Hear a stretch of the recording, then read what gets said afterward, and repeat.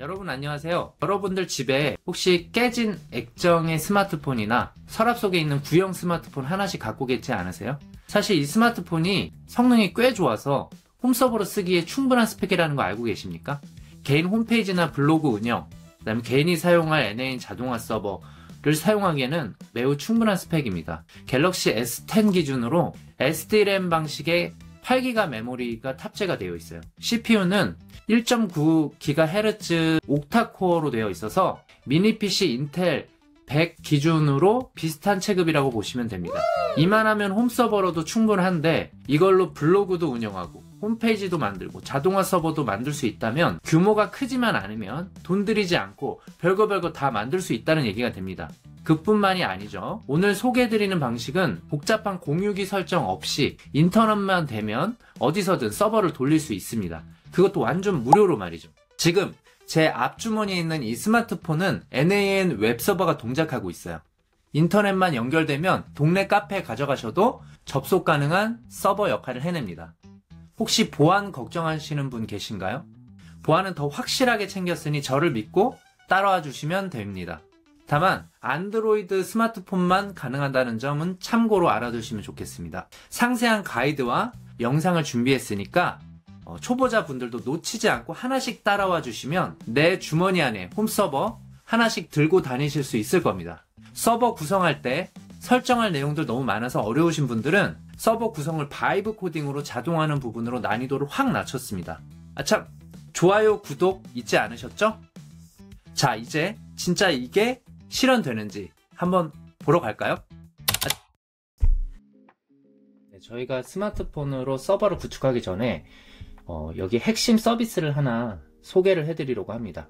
저희가 오늘 이 스마트폰으로 서버를 만들기 위해서 사용할 서비스가 바로 클라우드플레어 터널이라는 서비스입니다. 이 클라우드플레어라는 회사는 한 번씩들 들어보셨죠? 네, 네트워크 서비스를 제공하는 업체예요. 클라우드 기반으로 여러가지 웹사이트를 호스팅할 수 있도록 제공하기도 하고요. DNS 서비스를 하기도 하고요. 여러가지 보안 설정이나 네트워크와 관련된 각종 서비스들을 제공을 하고 있고 무료로 제공하고 있는 내용들이 굉장히 많이 있어서 인기가 많습니다.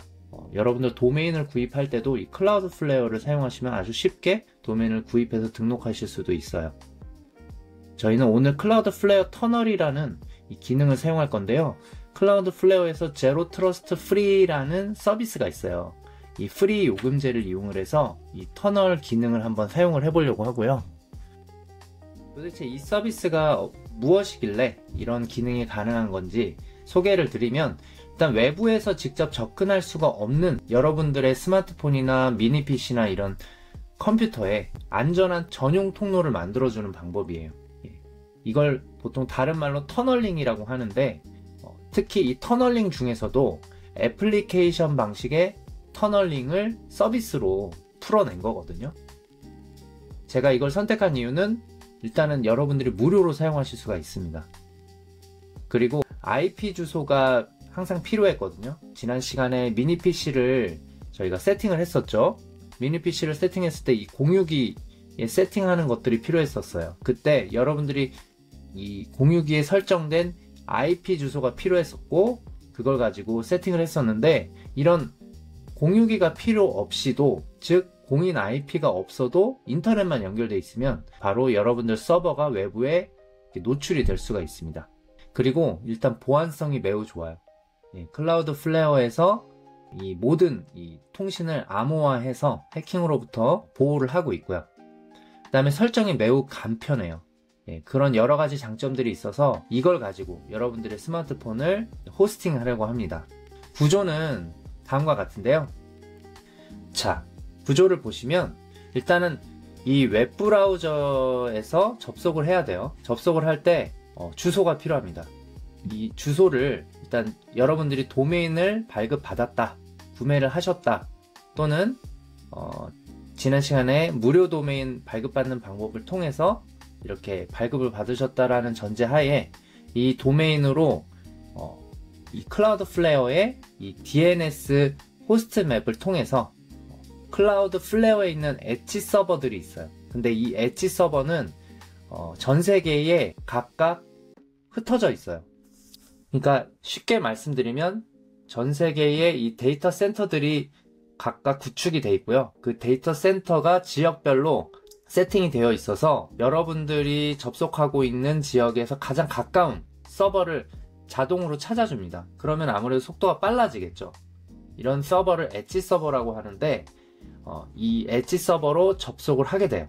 그러면 이제 클라우드플레어 네트워크로 들어오게 되고요.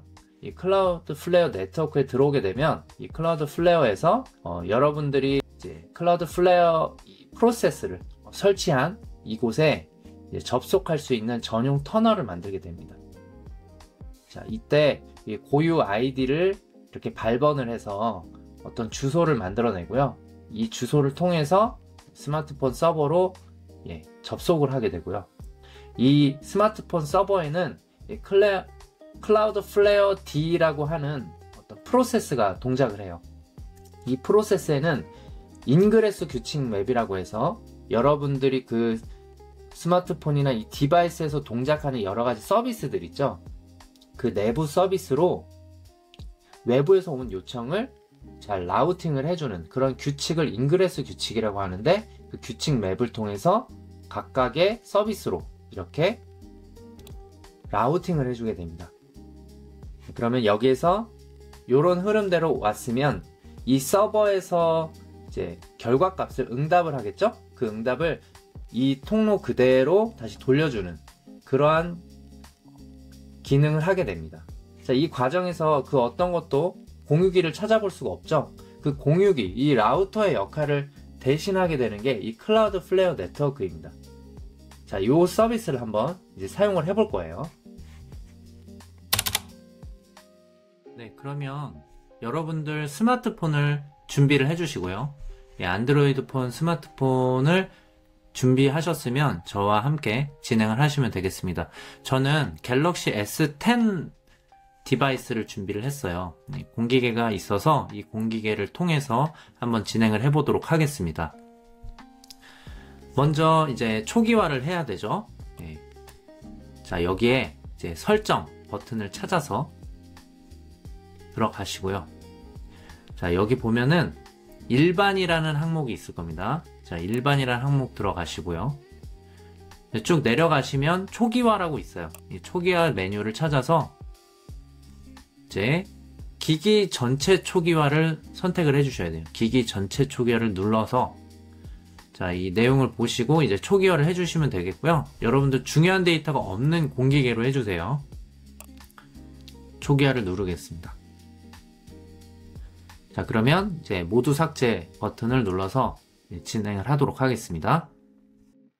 자, 이제 여러분들은 이 안드로이드 폰이 초기화가 되시면 기본적인 초기화 절차를 밟으셔서 불필요한 앱은 설치하지 않으셔도 되고요. 계정 설정도 안 하셔도 됩니다. 어차피 서버로 사용할 거기 때문에 어플리케이션 설치 안 한 상태에서 아주 기본으로만 이 안드로이드 폰을 초기화해서 준비를 해주시면 되겠습니다. 자, 그 다음에는 저희가 이 안드로이드 폰을 여러분들 PC에서 이 미러링으로 접속해서 사용할 수 있는 프로그램을 설치를 해보도록 하겠습니다. 여러분들이 지금 안드로이드 폰을 초기화를 하셨다고 가정을 하고 이 과정을 진행을 해볼게요. 안드로이드 폰은 여러분들 집에 공유기 네트워크에 와이파이에 연결이 되어 있는 상태로 진행을 해주시면 좋겠고요. 이 안드로이드 폰을 여러분들의 PC에 USB로 연결을 해주세요. 그 다음에 스마트폰 화면에 허용이 나오면 거기에서 허용 버튼을 눌러서 준비를 해주시면 되겠습니다. 자, 그러면 이게 준비가 되었다는 가정하에 한번 진행을 해볼게요. SCRC 파이라는 프로그램이에요. 맥하고 윈도우가 설치 방법이 거의 흡사한데 일단 윈도우 기준으로 한번 진행을 해보도록 하겠습니다. 자, 브라우저를 켜시고요. 제가 여러분들께 배포해드린 가이드에 있는 주소를 따라 들어오시면 되는데요. 자, 주소는 이런 게 GitHub에 있는 레포지토리 주소입니다. SCRC 파이라는 프로그램이고요. 자, 여기로 들어오시면 조금만 내려가시면 여기에 각 OS별로 배포판들이 정리가 되어 있어요. 자, 저희는 일단 윈도우 기준으로 볼 건데요. 맥 유저분들은 맥 OS에 맞는 제품을 다운로드해서 설치하셔도 되고요. 맥 유저분들은 브루라는 그 패키지 관리자를 이용을 해서 설치를 하시는 거를 추천을 해드립니다. 자, 일단은 윈도우 버전을 다운로드 받겠습니다. 여기 SCRC 파이 win64 눌러서 다운로드를 해주세요. 네, 압축을 해제하시고요. 이 압축 해제 프로그램이 뜨시면 이 압축을 여기에 그 루트 C 드라이브 가장 상위에 폴더를 만들면서 압축이 풀릴 수 있도록 해주세요. 저는 이걸 클릭해서 압축을 풀어보도록 하겠습니다. 자, 그리고 그 해당 압축이 풀려있는 폴더로 가보면요. 여기 C 드라이브죠. 이 C 드라이브로 가보면 여기 SCRC 파이 -win64 뭐 이렇게 압축이 풀려 있어요. 요거를 이름을 좀 쉽게 바꿔주도록 할게요. 이름을 SCRC 파이라고 단순하게 지정을 해주고요. 이 폴더 안으로 들어오면 여러가지 이제 유틸리티 프로그램들이 있습니다. 여기에 저희가 잘 사용해야 할 ADB라는 프로그램과 SCRC 파이라는 프로그램이 다 준비가 되어 있어요. 이 프로그램들을 사용할 수 있도록 설정을 해줘야 되는데요. 전역에서 전체 이 윈도우즈 안에서 사용하기 위해서는 환경변수 등록을 해줘야 돼요. 그래서 환경변수 등록을 해보러 가겠습니다. 여기 내 PC 부분에서 오른쪽 마우스 눌러서 속성을 눌러주세요. 속성을 누른 다음에 고급 시스템 설정이 보이시면 고급 시스템 설정을 눌러주세요. 그리고 보이시는 부분은 환경 변수 버튼을 찾아서 눌러주세요. 자, 그 다음에 여기 유저에 대한 사용자 변수, 시스템 변수 두 가지 중에서 시스템 변수 쪽에서 목록에서 패스를 찾아주세요. PATH 패스를 찾아서 더블 클릭. 다음에 여기 오른쪽에 새로 만들기 버튼 추가 해서 여기에 아까 그 경로를 그대로 입력을 해주시면 됩니다.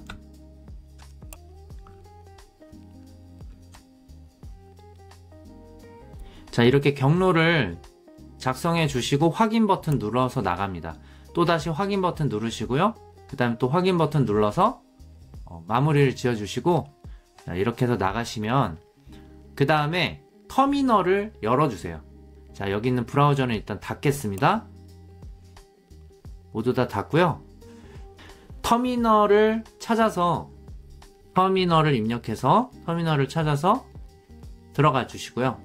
터미널이 실행이 됐으면 SCRC 파이가 정상적으로 작동하는지 확인을 해 볼게요. SCRC 파이 띄고 -v 입력을 해주시면 되고요. 그 다음에 했으면 네, 이렇게 저처럼 출력이 되시면 정상적으로 인식이 된 겁니다. 자, 이 상태에서 이제 여러분들 USB로 안드로이드 폰이 연결되어 있다면 바로 접근을 하실 수가 있어요. 자, 여기에서 SCRC 파이라고 입력을 하시면, 자, 전 지금 이제 실패를 했는데요. 만약에 저처럼 이렇게 실패하시는 분은 USB를 잠시 뺐다가 다시 입력을 해주세요.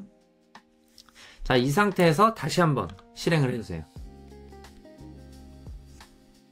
자, 이렇게 해서 설치를 하셨으면 이번엔 이제 핸드폰으로 가셔서요. 이 스마트폰에서 설정을 해주셔야 되는데요. 다시 이 설정 버튼을 찾아서 눌러주세요. 네, 들어가셔서 쭉 밑에 내려가시면은 휴대전화 정보가 있습니다. 들어가시고요. 그 다음에 소프트웨어 정보 부분을 찾아주세요. 네, 이렇게 해서 들어가시고 여기에 빌드 번호라고 되어 있는 부분을 여러 번 계속 클릭을 해주세요. 그러면 개발 설정 완료 1단계 전입니다. 이런 식으로 해서 이렇게 토스트 메시지가 뜨거든요. 이거를 전부 다 마무리 하시면 네, 개발자 모드가 켜졌습니다 라는 메시지가 뜹니다. 자, 이때 다시 뒤로 가기, 또 뒤로 가기 눌러서 밑에 가보면 원래 없었던 개발자 옵션이라는 항목이 나오게 돼요. 여기로 이제 진입을 해주시고요. 진입을 하셔서 저와 동일하게 세팅을 해주시면 되는데, 먼저 화면 켜짐 상태 유지. 요 부분은 전원이 연결되어 있으면 화면이 꺼지지 않게 하는 설정이에요. 자, 요 부분을 켜주시고요. 자, 그 다음에 OEM 잠금 해제 허용, 부트로도 잠금 해제 허용을 체크를 해주시고요. 자, 그 다음에 쭉 내려가셔서 USB 디버깅 체크해 주세요. 자, 이 컴퓨터에서 항상 허용 뭐 이런 부분이 나오는데 요게 여러분들이 연결돼 있으면 바로 뜨실 거예요. 그래서 여러분들 컴퓨터와 이 컴퓨터가 USB로 연결돼 있을 경우에 허용을 하겠느냐 라는 내용인데, 네, 체크하셔서 허용 눌러주시면 되겠습니다. 쭉 내려가시면 또 무선 디버깅이 있거든요. 이 부분도 체크해 주시고 동일하게 체크한 다음에 허용을 눌러주세요. 그 다음에 쭉 내려가셔서 백그라운드 프로세스 수 제한이라는 부분이 보이시면 이 부분을 클릭해서 여기 최대 4개 프로세스 요걸 체크를 해 주십시오. 자, 이렇게 하셨으면 일단 기본 설정이 끝났고요. 자, 이제 접속이 되는지 한번 테스트를 해보도록 하겠습니다. 자, 예, 터미널에서 adb하고 devices라고 입력을 해주세요. 그러면 연결되어 있는 디바이스가 이렇게 목록에 뜹니다. 이게 지금 여러분들의 그 안드로이드 폰이에요.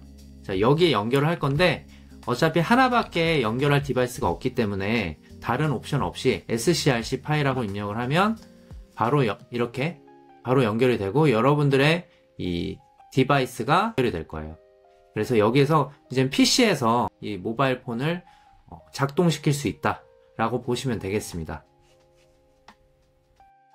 네, 안드로이드 12 버전부터 이 백그라운드 프로세스가 강제로 종료되는 기능이 생겼어요. 스마트폰 제조사들이 이 스마트폰의 그 성능 최적화를 위해서 넣은 기능인데요. 저희가 서버를 운영할 때는 이렇게 백그라운드 프로세스가 강제 종료되면 안 되기 때문에 이 부분을 옵션 기능을 오프를 해줘야 됩니다. 제가 매뉴얼에 이 안드로이드 백그라운드 프로세스 자동 종료 옵션을 오프하는 명령어를 준비를 해놨습니다. 요걸 이제 복사하셔가지고 여기서 미러링을 잠시 이제 중단을 하고요. 이 명령어를 그대로 붙여놓고 실행을 해주시면 되겠습니다.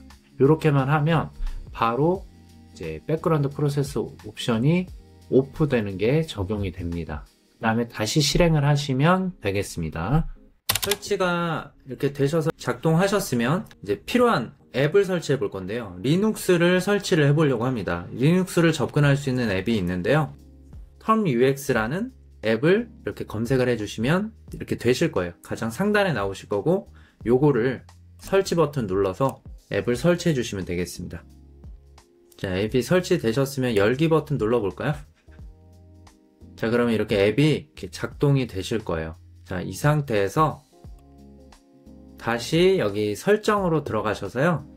애플리케이션을 찾아주세요. 애플리케이션 찾아서 termux 이게 들어가시면 여기에 배터리라고 보이시면 배터리로 들어가서 제한 없음을 선택을 해주시면 설정이 완료가 되는 거고요. 다시 앱으로 가볼게요. 자, 이 앱에 이렇게 접속하시면 리눅스 환경에 이게 접근을 할 수가 있습니다. 자, 이 리눅스는 여러분들이 지난 시간에 미니 PC 시간에 보셨던 우분투와는 다른 환경이에요. 그래서 여기에서 이제 여러분들이 이제 사용하시기 위한 기본 설정들을 해볼 건데요.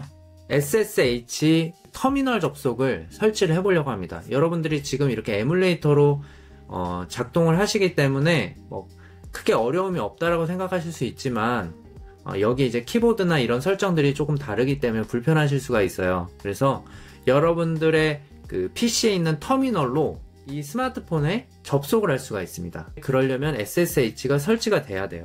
그래서 SSH를 한번 설치를 해볼게요. pkg라고 입력하시고 인스톨 하고 open ssh라고 입력하고 엔터를 쳐주시면 이렇게 설치 여부를 물어봅니다. 엔터를 눌러주세요. 설치가 쭉 진행되실 거예요. 금방 설치가 되실 거고요. 그 다음에 접근하려면 패스워드가 있어야 돼요. 그래서 여러분들이 패스워드를 하나 정해주시고 저처럼 passwd라고 입력하고 엔터를 쳐주세요. 비밀번호를 정해주시고 입력을 해주시면 되겠습니다. 자, 저처럼 이렇게 입력이 되면 이제 암호가 설정이 되고요. 사용자 계정명을 알아야 돼요. 사용자 계정명을 확인하기 위해서는 who am I라고 입력을 하고 엔터를 치시면 자, 여러분들과 제가 여기 있는 사용자 계정명이 다를 수 있습니다. 그래서 여기에서 이렇게 사용자 계정명을 확인하시면 이제 접속할 수 있는 준비를 마치게 된 거예요.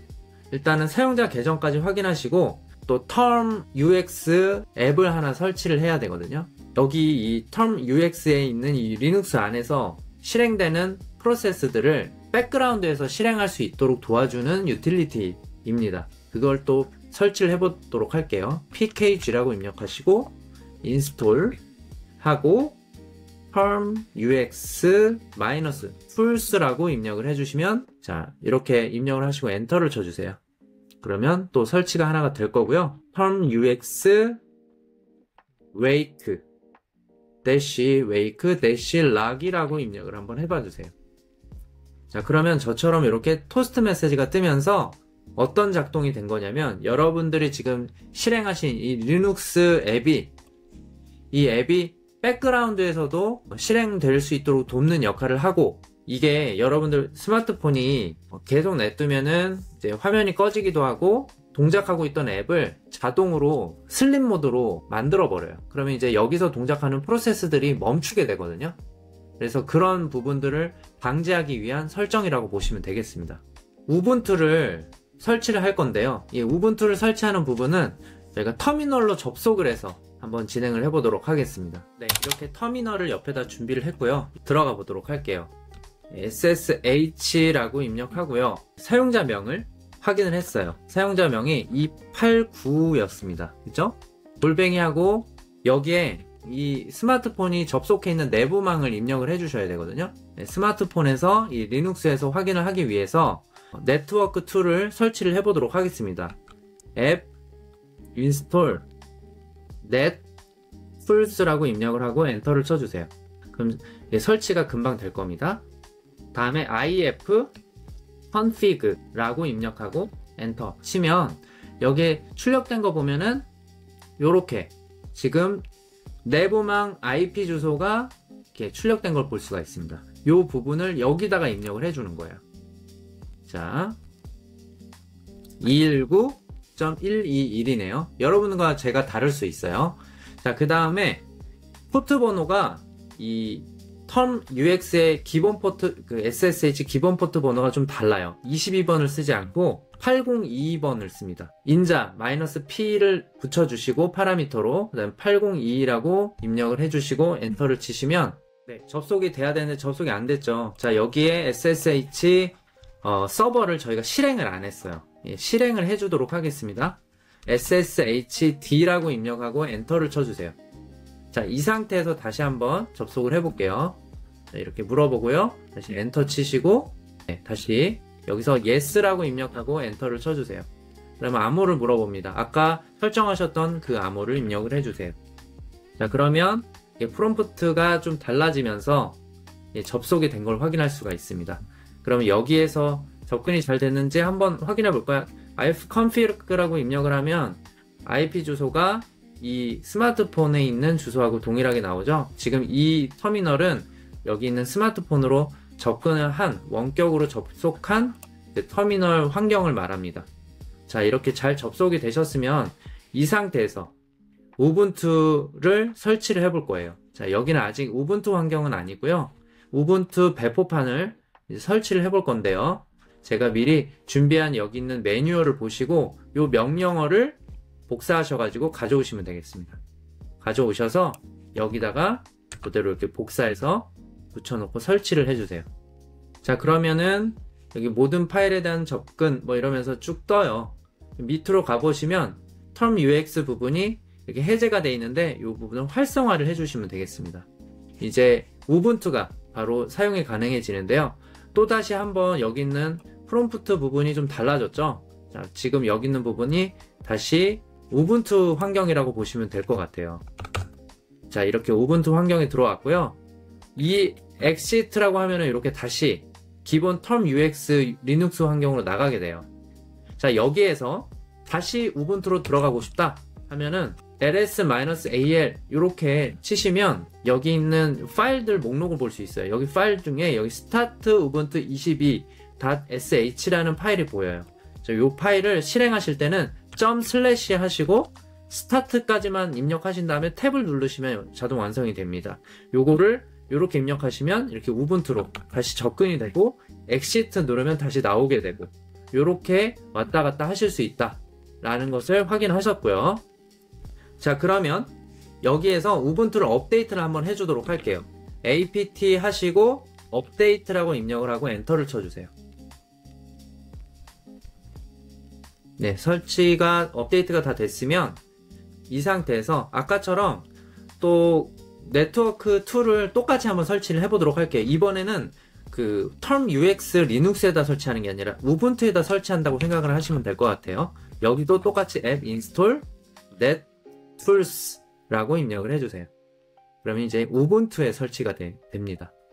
그래서 여러분들이 지금 현재 원격으로 여러분들의 안드로이드에 있는 기본 텀 UX에서 제공하는 리눅스에 접근하시게 된 거고요. 거기에서 다시 한번 이 우분투 배포판으로 접속하게 되는데 이 방식을 프루트 디스트로 방식이라고 해서 여러분들의 리눅스가 우분투라는 이 컨테이너 환경을 이용해서 사용할 수 있도록 해주는 그런 방식이라고 생각을 하시면 돼요.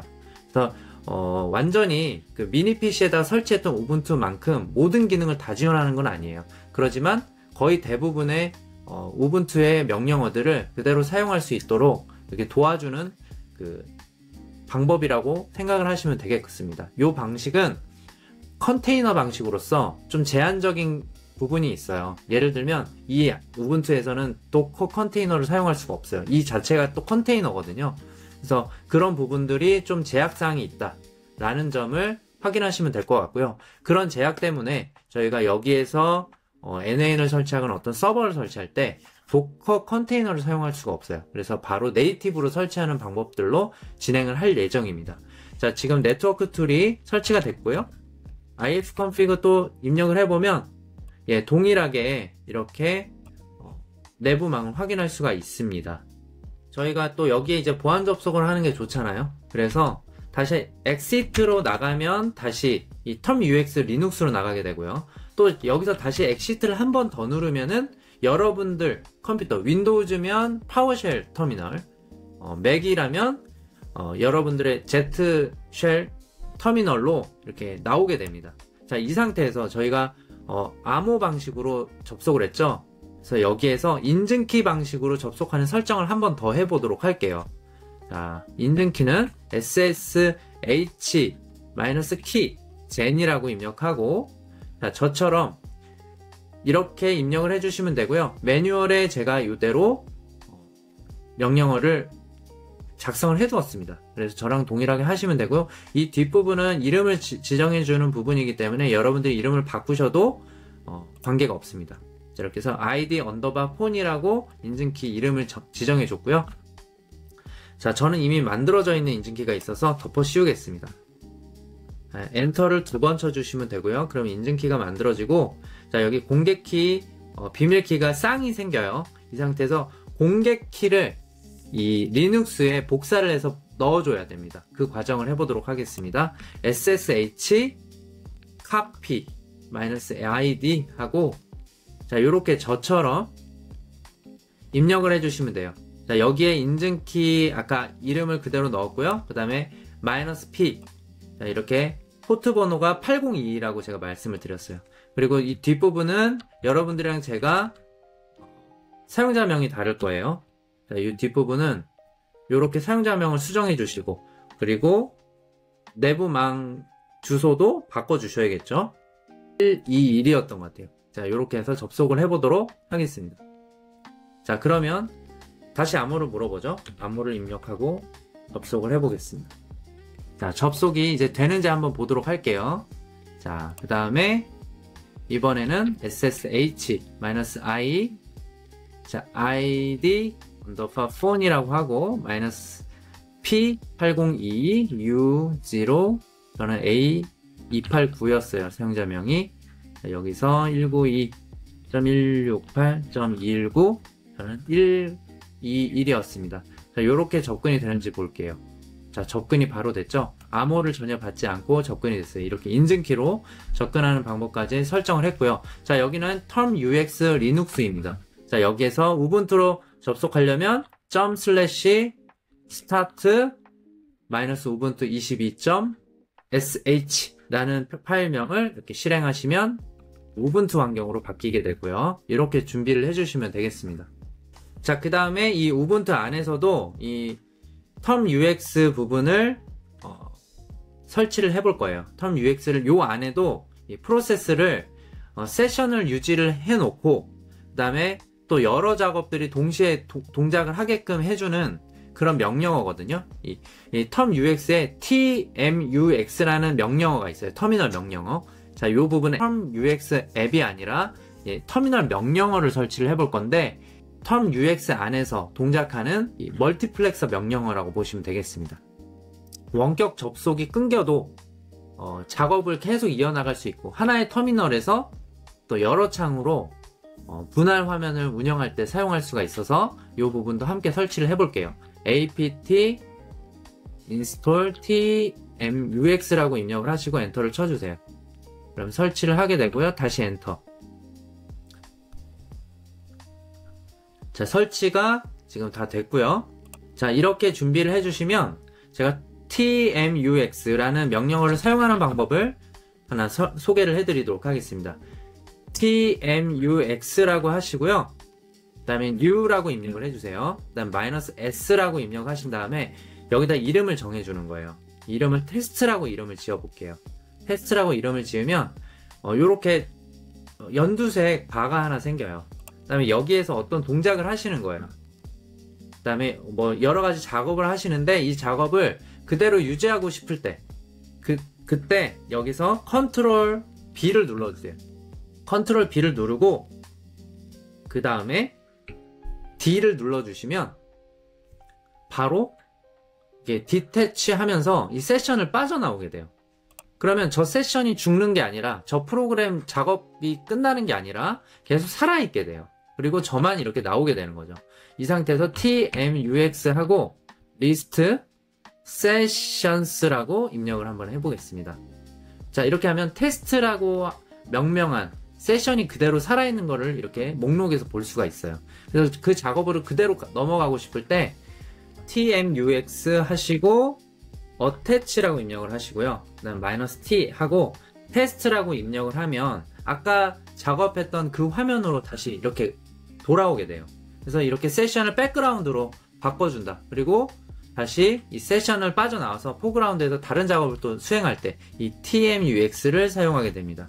네, 나오실 때는 컨트롤 B를 누르시고 D를 눌러주시면 이렇게 나오게 된다 라는 부분을 이해를 해주시면 되겠습니다. 이 부분을 이제 활용을 하도록 할게요. 네, 다음은 이제 VS 코드와 Node.js 두 가지 프로그램을 설치를 할 건데요. 여기 이제 명령어들이 좀 있다 보니까 제가 옆에다가 매뉴얼을 이렇게 여러분들과 함께 보면서 한번 입력을 해보도록 하겠습니다. 자, 여기에 터미널이 준비가 돼 있어요. 우분투로 접속을 했습니다. 이 상태에서 여기 있는 이 명령어로 curl 패키지를 한번 설치를 해주도록 하겠습니다. 자, 이렇게 해서 복사해서 붙여 넣어주세요. 자, 이 모든 작업은 지금 여러분들 스마트폰 환경이라고 보시면 돼요. 자, 이 상태에서 설치가 진행되죠.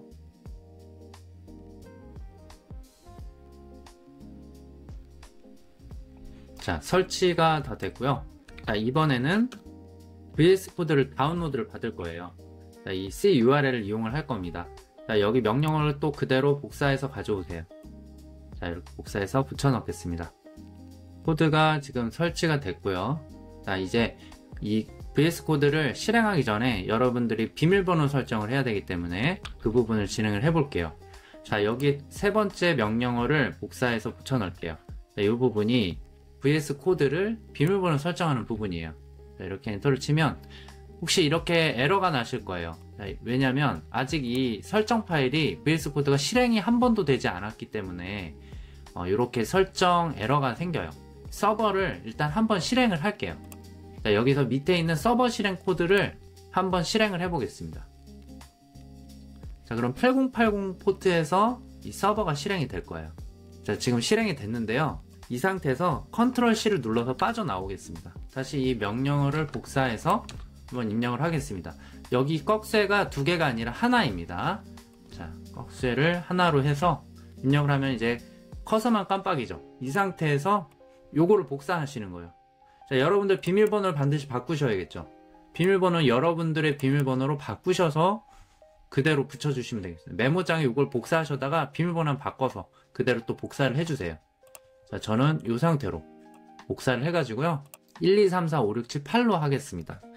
자, 여기에서 이렇게 입력하시고 바로 컨트롤 C를 눌러주시면 빠져나오게 돼요. 이제 비밀번호가 바뀌어서 설정이 되는 거거든요. TUMX라는 이제 세션을 백그라운드로 하는 유틸리티를 배웠죠. 자, 이제 이 VS 코드가 백그라운드에서 서버가 진행돼야 되기 때문에 바로 이 기능을 써보도록 할게요. TMUX 하시고 new라고 하시고 -s 하고 이름을 정해주는데, 자, 코드라고 입력을 하겠습니다. 자, 그러면 여기 연두색 바가 나오고 여기 프롬프트가 처음부터 시작을 하죠. 자, 이 상태에서 서버를 실행을 할게요. 서버 실행 코드를 복사해서 붙여넣고 엔터를 칩니다. 자, 그러면 서버가 실행이 됐죠. 자, 이 상태에서 이 세션이 끝나지 않도록 백그라운드로 보내고 빠져나오려고 해요. 자, 컨트롤하고 B를 눌러주시고 D를 누르면 이렇게 디태치 하면서 나오게 돼요. 자, 한번 목록에 있는지 볼게요. TMUX list sessions라고 입력을 하면, 자, 아까 테스트라는 세션 저희가 테스트로 하나 만들었었죠. 이번엔 코드라는 세션이 지금 실행이 되고 있습니다. 여기에서 지금 VS 코드가 작동을 하는 거고요. VS 코드가 작동하는 화면으로 가시려면 TUMX attach라고 하시고 -t 하고 코드라고 입력하면 이렇게 그 세션으로 들어가게 되고, 다시 컨트롤 B 누르고 D를 누르면 나오게 되는 거예요.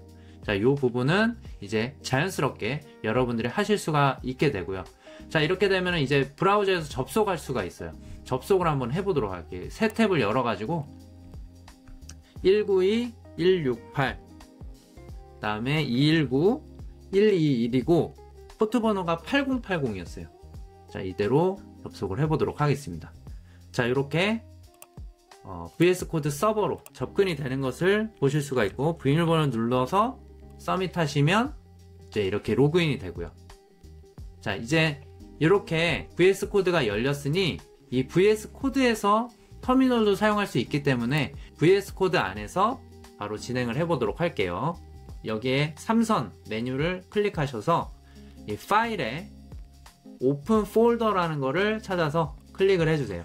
루트 폴더를 지정한 것으로 확인하시고 나서 OK 버튼 누르면 루트 폴더에서 새로 시작하게 됩니다. 이 상태에서 이제 Node.js를 한번 설치를 해보도록 하겠습니다. 우상단에 있는 이 아래 패널을 여는 토글을 눌러주세요. 그러면 이제 여기 터미널이 실행이 되고요. 자, 이 터미널 창에서도 동일하게 명령을 이제 넣을 수가 있겠죠. 제가 미리 준비한 매뉴얼에 Node.js 설치 명령어들이 있습니다. 이 명령어들을 복사하셔서, 자, 이 터미널에 그대로 붙여 넣어주세요. 네, 이렇게 설치가 끝났고요.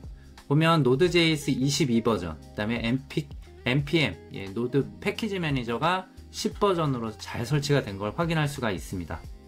클라우드 플레어에 가입을 하셔서 로그인을 해주세요. 그 다음에 이 계정 홈에서 도메인 등록이라는 메뉴를 찾아서 들어가 주시면 여기 도메인을 등록하실 수가 있습니다. 여러분들이 이미 가지고 계신 도메인이 있다면 그 도메인을 여기 도메인 관리에서 도메인을 검색해서 가져오실 수 있고요. 도메인이 만약에 없으시다면 여기서 유료로 도메인을 구매하실 수가 있습니다. 여러분들이 지난 시간엔 제가 무료 도메인을 사용하시는 방법을 알려드렸는데, 이름도 여러분들이 커스텀으로 만들 수도 있고, 여러가지 안정적인 관리를 위해서는 아무래도 유료 도메인을 구매하셔서 사용하시는 게 좋겠죠. 이런 도메인을 구매할 수 있는 구입처는 많이 있습니다. 클라우드 플레어 외에도 지금 시간에는 클라우드 플레어를 이용을 해서 도메인도 구매하고 도메인을 등록하는 절차, 그리고 여러분들의 스마트폰 서버에 이 도메인을 연결하는 것들을 여기에서 모두 다 해보도록 하겠습니다. 먼저 도메인을 구매를 해보도록 하죠. 저는 도메인 네임을 단테랩스라고 한번 검색을 해서 제가 원하는 적당한 도메인을 찾아보려고 합니다. 여기 이렇게 가격과 후보 도메인 주소들이 이렇게 나와 있어요. 여러분들이 원하시는 도메인으로 찾으셔서 구매를 하시면 되겠습니다. 저는 여기 있는 dante-labs.com 요거를 구매를 한번 진행을 해 보도록 할게요. 확인 버튼 눌러서 이 절차를 진행하도록 하겠습니다. 결제 옵션을 이제 여러분들이 1년, 2년, 3년 이렇게 기간을 정하실 수 있고요. 저는 일단 1년으로 지정을 해서 구매를 해 보도록 하겠습니다. 네, 작성 완료했고 구매 완료 눌러 보겠습니다. 네, 구매가 완료가 됐고요. 이제 이 도메인을 사용할 수가 있습니다. 사용하는 절차들은 한 번씩 이제 순서대로 확인을 해 보도록 하겠습니다. 도메인 설명드렸듯이 도메인을 이제 여기에서 클라우드플라이에서 구매를 하실 수도 있죠. 여기 우상단에 보시면 도메인 등록 이 부분으로 아까 같은 이제 도메인 등록 절차를 밟으실 수가 있는 거고요. 구매를 클라우드플라이에서 하시는 게 아니라 무료 도메인을 발급받으셨거나 타사 유료 도메인을 구매하신 경우에는 여기 도메인 연결 부분을 이용을 하시는 거예요. 연결 부분을 눌러서 여기에 여러분들이 구매하셨던 도메인을 이렇게 입력을 하시고 DNS 레코드 빠른 스캔으로 설정하신 다음에 계속 버튼을 눌러주시면 됩니다. 그러면 자동으로 그 타사 도메인을 가져오게 돼 있어요. 자, 그리고 그 타사 도메인에 저는 이제 가비아를 예로 드는데요. 이제 가비아 국내 구매 사이트에서 구매를 했어요. 하지만 이제 이 도메인에 대한 이 네임 서버 관리를 이 가비아에서 하지 않고 클라우드 플레어에다가 위임을 하려면은 여기에 네임 서버 설정 부분에 이 부분을 가비아 네임 서버를 다 지우시고 이렇게 클라우드 플레어 네임 서버를 설정을 해주시면 됩니다. 그리고 나서 클라우드 플레어에서 그대로 절차를 밟으시면 이 도메인을 이제부터 클라우드 플레어에서 관리할 수 있도록 돼요. 이렇게 등록을 해주셔야지 이 이후에 클라우드 플레어 터널 서비스를 이 도메인에다 연결해 가지고 사용을 하실 수가 있게 돼요. 이렇게 도메인을 연결을 했습니다. 이렇게 해서 타사 도메인은 이런 식으로 가져왔고 여기서 직접 구매한 거는 이렇게 둘 다 가져온 것을 볼 수가 있죠. 여기에 DNS라는 항목이 있으실 거예요. 이 DNS의 레코드, 레코드로 들어가시면 실행하실 NAN 서버나 웹 서버의 그 서브 도메인을 등록하는 부분이 이 부분에서 진행이 되겠습니다. 자, 그 부분을 저희가 수동으로도 할 수 있고 또 바이브 코딩으로 자동으로 설정하는 부분을 해보려고 하는데요. 수동으로 하는 부분은 제가 매뉴얼에 상세히 남겨놨으니까 그 매뉴얼을 참고하시고요. 지금부터는 저희가 이걸 바이브 코딩으로 한번 진행을 해보도록 할게요. 화면을 전환해서 왼쪽에는 저희 가이드 매뉴얼을 준비를 했고요. 또 오른쪽에는 VS 코드로 접속을 했습니다. 이 부분은 스마트폰 환경이라고 보시면 되고요. 이 우분투 환경에서 바이브 코딩을 할 거예요. 그래서 바이브 코딩을 할 수 있냐 궁금하신 부분들 있으실 텐데 충분히 가능하고요. 제가 수많은 테스트를 해봤습니다. 아주 잘 돼요. 자, 여기에서 바이브 코딩을 하려면 저희가 컨텍스트 엔지니어링을 상당히 잘 해야 저희들이 원하는 결과물을 만들어낼 수가 있거든요. 그렇지 않으면 바이브 코딩을 이렇게 딸깍 우리가 원하는 그 부분을 제대로 얻어내기가 좀 어려워요. 그래서 바이브 코딩은 이 컨텍스트 엔지니어링을 잘해서 잘 제어해서 결과물을 도출해내는 것이 핵심입니다. 자, 그 부분을 한번 진행을 해보도록 하죠. 자, VS 코드에서 폴더를 하나 새로 만들게요. 자, 폴더를 저랑 동일하게 한번 만들었어요. 바이브 하고 이제 포트폴리오를 만들어야 될 거니까 포트폴리오를 바이브 다시 포트폴리오라는 폴더를 하나 만들죠. 자, 그 다음에 이 폴더에서 프로젝트를 열게요. 여기 삼선 버튼을 눌러서 오픈 폴더를 눌러주세요. 그 다음에 방금 만든 폴더로 이렇게 내려가겠습니다. 바이브 포트폴리오 폴더까지 내려가서 OK 버튼 누를게요. 자, 그러면 VS 코드가 다시 열리죠? 이 상태에서 폴더를 다시 한번 만들어주세요. REF, 레퍼런스라는 뜻으로 REF라는 폴더를 하나 만들겠습니다. 이 폴더에다가 지금 가이드에 보시면 제가 하나, 둘, 셋, 네 개의 총 5개네요. 총 5개의 컨텍스트 문서를 작성을 해놨어요. 자, 여기에서 이 프롬프트 MD는 전체 저희가 이 웹사이트를 만드는 프롬프트를 미리 작성을 해 놓은 문서이고요. 그 다음에 myinfo 이 마크다운 문서는 여러분들의 개인 스펙 문서를 작성해 둘 그 문서라고 보시면 되겠습니다. 이 개인 스펙 문서에 따라서 여러분들의 포트폴리오 홈페이지가 완성이 되겠죠. 개인화를 해주셔야 되는 부분이 있습니다. 그 다음에 Resend Example MD라고 되어 있는 이 부분이 있는데요. 이 포트폴리오 홈페이지에 보시면 가장 아래에 이메일로 문의하는 부분이 있어요. 이메일을 전송받아야 되는데 그 이메일을 전송하는 부분을 이제 처리해주는 그 부분입니다. 자, 그래서 이 부분까지 준비를 해주시고요.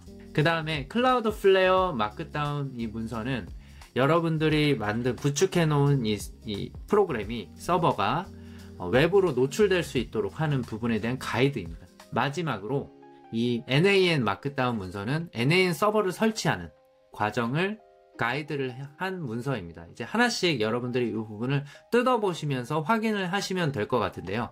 먼저 이 문서를 확인하기 전에 이쪽에 준비를 해 둘게요. 자, 저처럼 폴더를 이렇게 여셔서 카피하신 다음에 파일을 동일한 명칭으로 한번 이렇게 만들어 줄게요.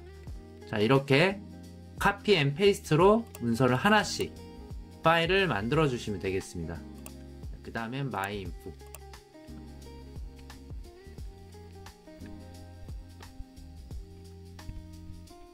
자, 이렇게 순차적으로 하나씩 옮겼습니다. 여러분도 이렇게 준비를 해주시면 되고요.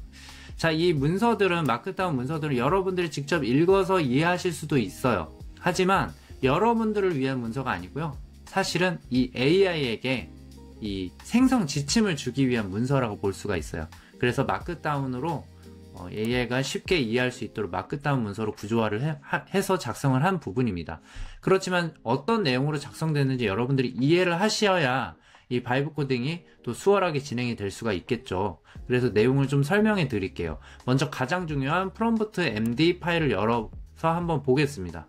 내용을 보면 이 프롬프트에서 중요한 부분은 이 AI에게 명확하게 페르소나를 지정해 주는 부분이에요. 그래서 웹사이트 제작 전문 개발자라고 이렇게 페르소나를 역할을 부여해주고 저희가 원하는 바에 대한 목표와 의도를 그 다음 섹션에다가 정확하게 적어주는 것이 중요합니다. 저는 이 웹사이트를 만들기 전에 이 피그마에 있는 어떤 디자인을 가지고 와서 그 디자인을 참고로 레퍼런스 삼아서 구조화할 수 있도록 지침을 줄 예정이에요. 그래서 사용자에게 이 포트폴리오 웹사이트 템플릿 컨텍스트랑 그 다음에 개인 스펙을 가지고 있는 문서를 이렇게 제공을 해서 이 AI가 그거에 맞게 웹사이트를 개발할 수 있도록 지침을 주는 것을 의도했습니다. 그다음 배경정보 부분에는 각 문서의 위치를 지정을 해줬어요. 템플릿 프로젝트의 경로, 그다음에 개인 스펙 문서. 자, 이 부분은 여러분들 이 경로랑 이 경로가 매칭이 돼주면 됩니다. 근데 저랑 동일하게 작업을 하셨다면 아마 똑같은 경로를 갖고 계실 거고요. 경로를 좀 바꾸셨다면 이 경로를 여기에서 카피 패스 눌러서 이 부분을 고쳐주시면 되겠습니다. 자, 그 부분만 수정해 주시면 되고요. 그 다음에 이메일 기능이 필요하니까 이메일 전송에 대한 코드 스니펫을 이렇게 준비를 해줬어요. 그래서 리센드라는 서비스를 사용할 거고요. 이 서비스를 사용하면 여러분들이 이메일 전송, 이메일 문의 기능들을 쉽게 개발할 수가 있거든요. 그 부분을 이렇게 준비를 했습니다. 다음에 사용해야 될 MCP 도구들을 이렇게 나열을 해줘요. 그래서 MCP 도구를 보면 컨텍스트 7 아주 유명한 MCP죠. 이걸 통해서 여러가지 언어에 대한 문법들을 참조할 거고요. 시퀀셜 싱킹으로 단계별로 이 코딩 절차를 계획하고 각 단계마다 피드백을 할 수 있도록 준비를 할 거고요. 그 다음에 팩셀스라고 무료 이미지들을 조회하고 다운로드 할 수 있는 그 API 서비스가 이 MCP로 구현이 된 부분이 있습니다. 그 부분을 사용할 거고요. 그 다음에 플레이라이트, 자동 웹브라우징이죠. 이걸 통해서 실제로 웹사이트를 열어서 제대로 구현이 됐는지 확인할 수 있도록 유도를 할 거고요. 자, 이 부분이 이제 개발을 해놓고 테스트하는 부분이겠죠. 그 다음 피그마 데브라는 이 MCP를 사용을 해서 피그마 디자인을 코드 값으로 가져와서 이 AI가 이해할 수 있도록 할 예정입니다. 자, 구체적인 프로젝트 구조를 제가 좀 잡아놨어요. 사실 이 프로젝트 구조를 제시하지 않아도 이 AI가 알아서 자율적으로 세팅을 합니다. 근데 제가 이렇게 구조화해서 지침을 주면 여러분들의 결과물과 제 결과물이 조금 더 일치할 거예요. 자, 그 다음에 여기 있는 핵심 기술들은 어떤 언어를 쓸 건지에 대한 이제 설명을 해놨습니다. 여러분들이 이 코드에 대한 문법을 모르더라도 어떤 도구들을 써야 되는지, 프론트엔드에서는 무엇을 쓰고 백엔드에서는 무엇을 쓰는지 이 정도는 이제 알고 있으셔야 해당 언어를 사용해서 개발을 하도록 하겠죠. 자, 프론트엔드는 리액트를 기반으로 작성할 거고요. 백엔드는 Node.js 익스프레스를 사용할 겁니다. 자, 그 다음에 이메일 서비스는 resend.com을 사용한다고 지침을 줬어요. 기타 이제 내용들은 개발 디버깅에 대한 이제 설정 값들에 대한 지침이에요. 자, 그 다음에 또 세부적인 지침들을 이렇게 쫀쫀하게 제공을 하면 이 가이드에서 최대한 벗어나지 않고 잘 제어가 되겠죠. 하지만 이런 부분들이 좀 생략이 됐다고 해서 이 클로드 코드가 이 바이브 코딩을 아예 못하는 것은 아닙니다. 이 부분을 또 피드백하면서 또 시행착오를 겪어가면서 코딩을 해내요. 하지만 이렇게 가이드가 있으면 시행착오를 줄일 수가 있어요. 그리고 좀 더 완성도 있게 제어할 수가 있다라는 점 때문에 제가 좀 더 추가를 해놨습니다. 이런 부분이 없다면 여러분들의 결과물과 제 결과물이 좀 다를 수도 있고 실패율이 좀 높을 거예요. 그래서 실패율을 줄이고 성공을 하실 수 있도록 제가 더 프롬프트를 강화했습니다. 자, 그 다음에 이게 환경 변수는 어떻게 가져오는지, 그 다음에 이미지들이 필요하겠죠. 그 이미지들은 어느 위치에 저장되고 어떻게 연결해야 되는지 이런 것들에 대한 지침들이에요. 자, API를 호출할 때의 또 부분들, 그 다음에 출력 형식, 그 다음에 개발 단계들을 제가 상세히 적어놨어요. 여러분들이 이 내용들을 보시면서 이렇게 바이브 코딩을 할 때 어떤 절차들로 진행될 수 있도록 유도를 하면 좋은지에 대해서 한번 학습을 하시면 많은 도움이 되실 겁니다. 자, 클라우드 플레어 마크다운 가보면 이 서버를 어떻게 클라우드 플레어에 있는 이 터널 설정을 통해서 외부로 노출시킬 수 있는지에 대한 매뉴얼입니다. 그래서 이 매뉴얼도 여러분들이 이해하고 계시면 더 좋고요. 만약에 다 이해하지 못하시더라도 AI가 이 문서를 읽고 클라우드 플레어 터널을 설정을 자동으로 해줄 겁니다. 그 부분을 기대하면서 한번 그 다음 문서를 또 보죠. myinfo 마크다운은 여러분들의 정보를 입력을 해주시면 돼요. 그래서 이 부분은 제가 가상의 한 인물을 설정을 했고요. 이 가상의 인물은 디지털 마케터인 것 같아요. 이 디지털 마케터의 이 정보를 가지고 개인 포트폴리오 홈페이지를 만들어 보도록 할 겁니다. 그 다음에 NAN 설치 방법들은 많이들 알고 계실 건데요. 그것을 이렇게 매뉴얼화 했습니다. 이렇게 매뉴얼화해서 제공을 하면 NAN이 설치가 또 바이브 코딩으로 설치가 잘 될 수 있겠죠. 그 부분을 이제 준비를 한 거고요.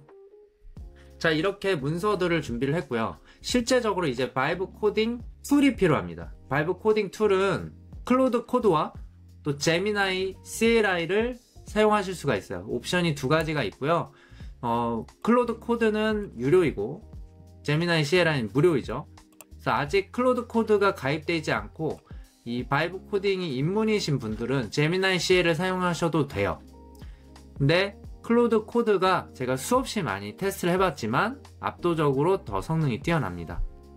그래서 이 부분은 여러분들이 제대로 바이브 코딩을 퍼포먼스를 내고 싶으신 분은 클로드 코드를 사용해 주시고 제미나이 CLI로 좀 탐색을 좀 해보고 싶으신 분은 사용하셔도 돼요. 그리고 제미나이 CLI도 프롬프트를 잘 작성하시고 그 다음에 자신이 코드에 좀 지식이 있으셔서 좀 이렇게 제어를 하실 수 있다 그러면은 좀 실패율이 높아도 계속 피드백을 하면서 수정해 나가신다면 제미나이 CLI로도 충분히 또 개발을 하실 수가 있어요. 네, 그렇지만 퍼포먼스 부분에서는 분명히 차이가 난다라는 점을 미리 말씀을 드립니다. 자, 그러면 바이브 코딩 툴도 설치를 해보도록 하죠. 저는 클로드 코드를 기반으로 설명을 드리도록 하겠습니다. 매뉴얼에는 제가 제미나이 CLI도 사용하실 수 있도록 매뉴얼을 준비해 놨으니까 선택해서 사용을 하시면 되겠습니다. 자, 그러면 밑에 터미널 창을 이렇게 열어주세요. 터미널 패널을 이 하위 패널을 열어서 지금 이 명령어를 그대로 붙여 넣어 주세요. 그러면 이제 클로드 코드를 설치하게 되겠습니다. 네, 여기에 이제 업데이트 부분이 있어서 업데이트도 한번 해볼게요. npm 업데이트도 진행하겠습니다. 이렇게 설치를 하셨으면 이 터미널을 잠시 내려놓으시고 플러그인을 좀 설치를 하도록 할게요. 도움이 되는 플러그인들이 있습니다. 플러그인을 이 사각형 4개가 있는 이 아이콘을 클릭하시면 터미널에 이 VS 코드에 플러그인을 설치할 수가 있고요. 여기에서 클로드라고 입력을 해보세요. 클로드라고 검색을 하시면은 여기에 클로드 코드 4 VS 코드 라고 되어 있는 부분을 인스톨 버튼을 눌러서 설치를 해주시고요. 몇 가지 코딩에 좀 도움이 되는 플러그인을 설치해 보도록 하겠습니다. 자, ESLint라고 입력을 해주세요. 자, ESLint 맨 위에 나오는 거 인스톨 넣어서 또 설치해 주시고요. 그 다음에 prettier라고 검색하시면 맨 위에 나옵니다. 요것도 설치를 해주시면 되겠습니다. 저 포매팅을 도와주죠. 야멜이라고 입력하시면 레드햇 야멜이 나올 겁니다. 요것도 설치를 해주시면 도움이 되겠습니다. 더 설치하면 유용한 툴들이 많은데요. 이 정도 설치를 하고 그 다음에 이제 바이브 코딩을 준비를 해보도록 하겠습니다. 설치가 되셨으면 클로드 코드는 어떻게 실행할 수 있는지를 한번 볼까요? 여기에 이 문서들을 일단 닫아 볼게요. 닫고 나면 자, 아무 문서를 하나 눌러놓고 여기에 보시면 패널에 우상단에 클로드 코드 런 클로드 코드 버튼이 있어요. 이 버튼을 누르면 바로 클로드 코드가 실행이 됩니다. 자, 이렇게 실행이 되죠. 자, 이 상태에서 클로드 코드 유료 계정이 있으셔야지 사용이 가능하세요. 자, 클로드 코드 유료 계정으로 로그인을 한번 해보도록 할게요. 이 상태에서 엔터 치시고 자, 클로드 어카운트 with subscription 이 부분을 눌러서 이 링크가 제시될 거고요. 만약에 가입이 안 돼 있으신데 클로드 코드를 쓰시고 싶으신 분은 API를 연결해서 쓰실 수도 있어요. 하지만 비용이 좀 많이 청구가 되실 수도 있기 때문에 구독을 저는 권해드리고 있어요. 자, 이렇게 이 부분을 오픈을 눌러서 로그인 안내창으로 들어와서 승인을 버튼을 눌러주세요. 처음에 만약에 이렇게 실패하시는 분들이 있을 거예요. 저처럼 얘를 다시 오픈을 해주세요. 그 다음에 승인을 다시 한번 눌러주시면 코드가 이렇게 발번이 되고요. 카피 코드 카피하셔서 여기다 이렇게 붙여 넣어주시고 엔터 눌러주시면 로그인이 되겠습니다. 자, 이 상태에서 엔터 누르시고 1번 눌러주시고 다시 엔터 눌러주시면 이제 클로드 코드에 이렇게 접속하게 됩니다. 저희가 바이브 코딩을 할 때는 사전 준비가 훨씬 많아요. 사실 바이브 코딩은 저희가 직접 손을 대는 게 아니라 에이전트한테 위임을 하잖아요. 그러면 에이전트한테 필요한 도구들을 쥐어줘야 되죠. 그래서 저희들의 역할은 권한을 부여하고 도구를 제공하고 목표를 설정해 주는 겁니다. 그렇기 때문에 사전 준비 내용이 많아요. 하지만 실제 코딩하는 부분은 허무할 정도로 자동으로 진행이 돼 버릴 겁니다. 그래서 이 준비 과정이 좀 길더라도 이 부분이 중요하다는 점을 인지하시고 같이 따라와 주시면 좋을 것 같아요. 자, 이제 그 도구들을 지어줄 건데요. 첫 번째 도구가 디자인입니다. 그래서 여기 피그마를 이용을 할 거예요. 여러분들 피그마는 디자인 도구이죠. 이 디자인 템플릿을 또 구하기가 또 좋아요. 그래서 여기에 이 링크를 눌러서 피그마를 들어와 주시고 피그마 무료 버전을 사용하셔도 충분합니다. 피그마로 들어가서 회원가입을 하셔서 로그인을 해주세요. 저처럼 로그인이 되셨으면 콘솔 홈 화면에 여기 템플릿 및 도구를 눌러주세요. 템플릿 및 도구를 눌러주시고 여기 보면 커뮤니티에서 라고 되어 있는 부분 버튼이 있다면 그 버튼을 눌러서 이 커뮤니티 버전에 보면은 수많은 템플릿들이 이렇게 올라와 있습니다. 자, 여기에서 검색을 한번 해볼 건데요. 포트폴리오라고 해볼게요. 그 다음에 쭉 이제 여러분들이 원하시는 디자인을 사용하셔도 됩니다.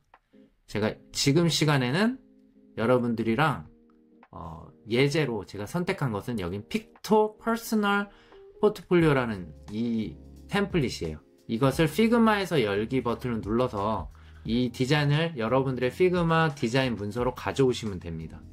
이걸 눌러서 가져오실게요. 저는 미리 이렇게 가져왔어요. 가져와서 그 문서를 열었어요. 그래서 이렇게 디자인을 준비를 했습니다. 깔끔하고 간결한 것 같아서 폼을 썼고요. 이 폼 밑에 보면 이렇게 연락을 받을 수 있는 문의 폼도 같이 있죠. 이 기능도 그대로 구현을 하고 싶어서 그 다음 도구에서는 이메일을 이렇게 전송할 수 있는 그 서비스를 사용을 해볼 거예요. 일단은 이렇게 가져오셨으면 이 문서에 접근할 수 있어야 되기 때문에 여기 공유하기 버튼에서 이게 누구나 볼 수 있는지를 확인을 해주세요. 주소가 있죠. 자, 이 주소를 복사를 해주세요. 이 주소를 복사하셔서 여러분들 컨텍스트 문서 중에 이 프롬프트 md라고 돼 있는 이 문서로 와주세요. 그러면 여기에 프로젝트 템플릿하고 URL 주소를 넣는 부분이 있어요. 이 부분에다가 복사 붙여넣기를 해주시면 됩니다. 제가 일단 디폴트로 넣어놨죠. 이걸 그대로 사용하시면 같은 템플릿을 사용하시게 되는 거예요. 이렇게 디자인을 준비하시고 나서 그 다음에는 이메일을 보내주는 서비스를 사용을 해볼 거예요. 리센드라는 서비스입니다. 이 서비스를 클릭해서 들어가 주시면 저와 같은 화면으로 들어오실 거고요. 그래서 로그인 with 구글 이렇게 소셜 로그인도 가능하고 그 다음에 이메일로도 사인업이 됩니다. 사인업 버튼 누르면 자, 이 화면 동일하죠? 여기서 로그인 저는 구글로 접속을 해볼게요. 자, 이렇게 들어가시면 자, 여기에서 API Keys라는 메뉴를 찾아주세요. Create API Key 버튼을 눌러서 여기다 이름을 지정하시고 생성을 해주십시오. 자, 생성을 해주시면 API 키가 저처럼 이렇게 발급이 될 거고요. 그 API 키를 복사해서 여기 또 다시 이 컨텍스트 문서로 오셔요. 그 다음에 Resend Example MD 여기에 요 부분이 API 키를 입력해 주시는 부분으로 생각해 주시면 될 것 같습니다.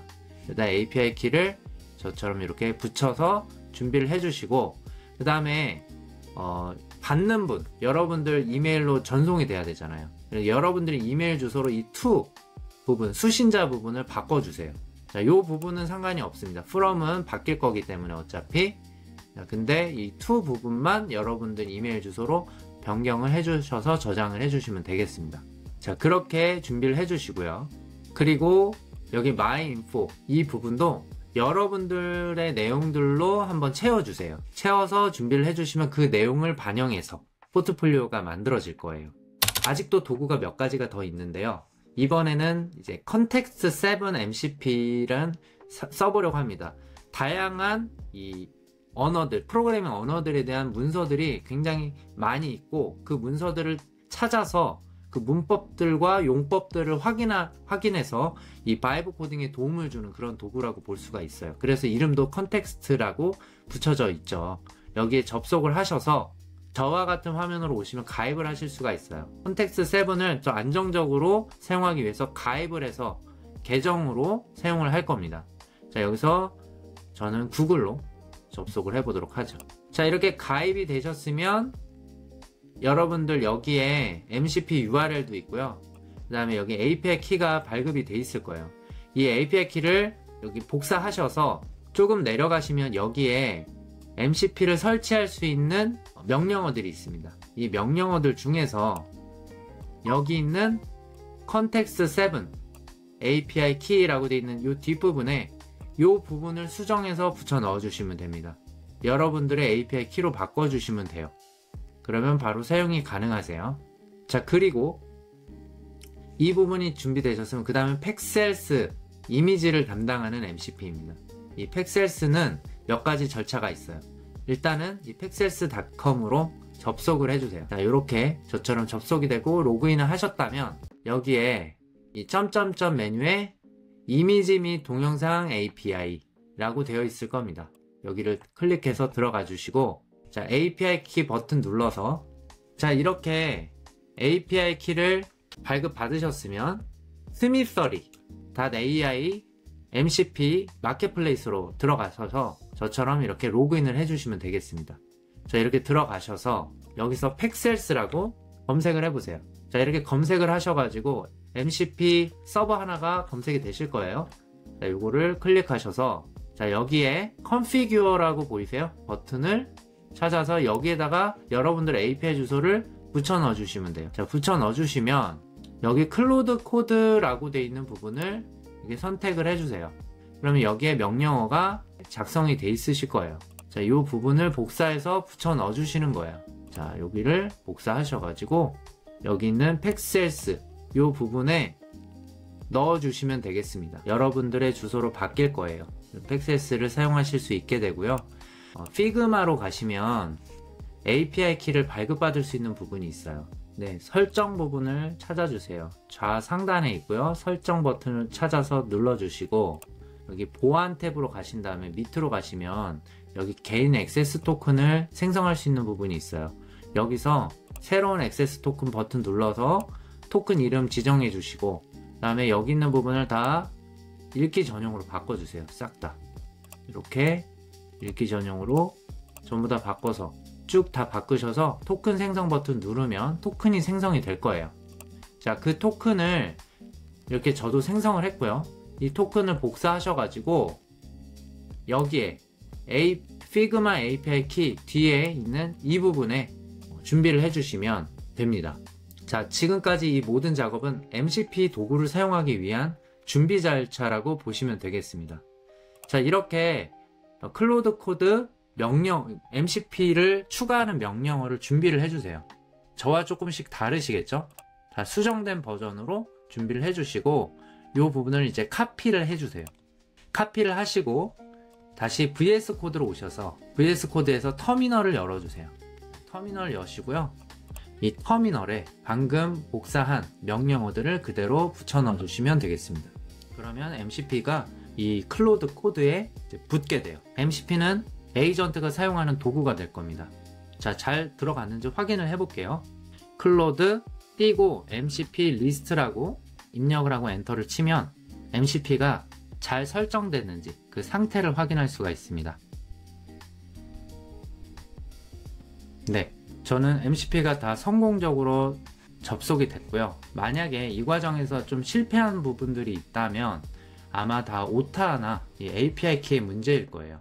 그 부분들을 한 번씩 더 확인하셔서 반복해서 실행을 하셔서 꼭 이 MCP가 준비될 수 있도록 해주시면 되겠습니다. 그리고 여기서 몇 가지가 MCP가 안 된다고 해서 그 MCP 때문에 바이브 코딩 전체가 실패하진 않아요. 에이전트가 고생할 뿐이죠.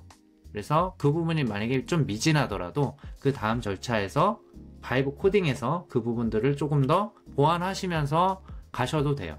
아주 절대적인 부분은 아닙니다. 자, 이렇게 준비를 하시고요. 자, MCP가 준비가 됐잖아요. 자, 그럼 이제 실제적으로 바이브 코딩을 할 수 있겠죠. 자, 바이브 코딩을 하러 가보겠습니다. 자, 지금부터 본격적으로 바이브 코딩을 진행을 해볼 겁니다. 자, 이 바이브 코딩을 통해서 저희가 만들어야 될 서버가 두 가지입니다. NAN 자동화 서버하고 그 다음에 여러분들의 홈페이지를 호스팅할 웹 서버를 작동을 시킬 거예요. 그 중에서 먼저 NAN부터 설치를 진행을 해보도록 할게요. 자, NAN은 설치와 이제 호스팅 부분에서 저희가 특별히 더 개발할 내용은 없죠. 이 서버의 설정과 관련된 부분입니다. 그 부분에 대한 프롬프트를 미리 이렇게 준비를 해놨어요.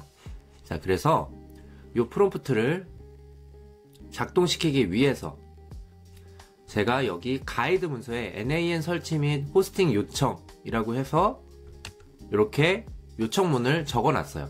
이 요청문이 아니더라도 여러분들이 직접 입력을 해주셔도 됩니다. 자, 이 요청문에 따라서 이 NANMD 이 파일을 읽어서 그 내용대로 호스팅을 할 수 있도록 요청을 해보도록 하겠습니다. 자, 이렇게 골뱅이 하고 ref /m8n md 이렇게 경로를 지정을 해주면 그 파일을 읽게 되죠. 골뱅이하고 ref nan md 이 파일의 경로를 넣어주면 이렇게 클로드 코드가 이 파일을 읽어서 컨텍스트를 추가를 합니다. 자, 이 흐름대로 가고 있어요. 자, 먼저 우분투를 업데이트를 하고 있죠. 네, 2번을 눌러서 진행하겠습니다. 네, 저희는 Node.js를 이미 설치를 했죠. 근데 여기에 가이드에는 Node.js가 필요하다는 얘기가 있기 때문에 그 부분을 이제 확인하는 절차입니다. 네, 22버전이 설치가 돼 있죠. 여러분도 이 가이드 문서를 컨텍스트로 저랑 동일하게 주시면 거의 이 흐름에서 벗어나지 않고 저랑 동일한 결과를 얻으실 수 있으실 거예요. 그렇지 않고 저희가 그냥 NAN 서버 설치해줘 이렇게 단순한 제로샷, 퓨샷 프롬프팅을 하게 되면 클로드 코드가 설치는 하겠지만 좀 의외의 상황들이 발생할 수 있다라는 점 때문에 그런 가능성을 낮추기 위해서 이 프롬프트를 구조적으로 제공해주는 이 컨텍스트 엔지니어링이 상당히 중요하다고 볼 수가 있습니다. NAN 설치 시간이 굉장히 긴 편입니다. 그래서 인내를 갖고 좀 기다려 주셔야 돼요. 네, NAN 설치가 끝났습니다. 버전을 확인하고 있죠? 네, 2번을 눌러서 진행하겠습니다. 네, 다음은 이제 캐디 리버스 프록시 서버를 준비하고 있습니다. 네, 레포지토리 추가하고요. 네, 캐디 설치가 끝난 것 같아요. 이런 설치 명령어들이 어려우신 분들, 특히 이 리눅스 명령어들 외우기도 어렵고 난해하잖아요.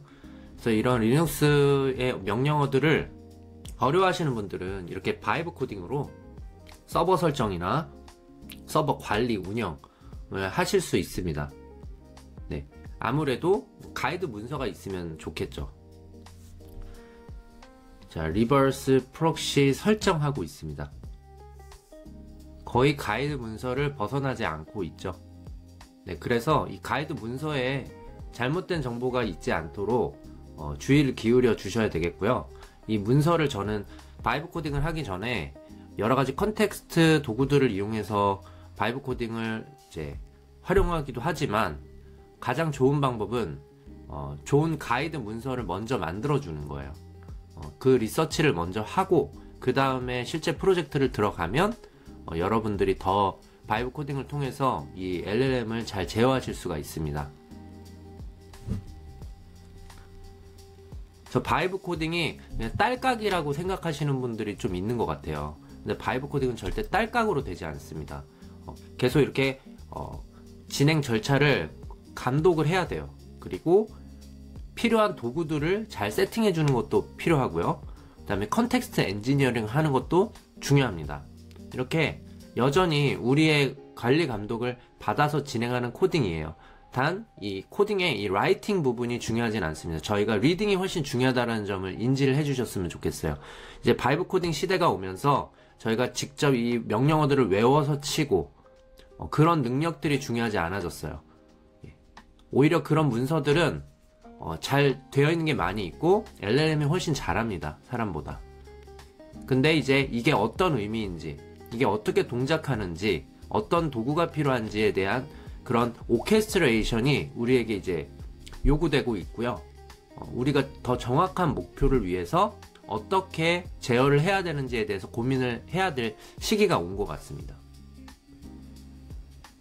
자, 여기에서 이렇게 에러가 나는 부분은 이게 지금 루팅이 된 리눅스가 아니라 실제 컨테이너로 동작하는 우분투이기 때문에 일부 프로세스 명령어들이 안 되는 게 있어요.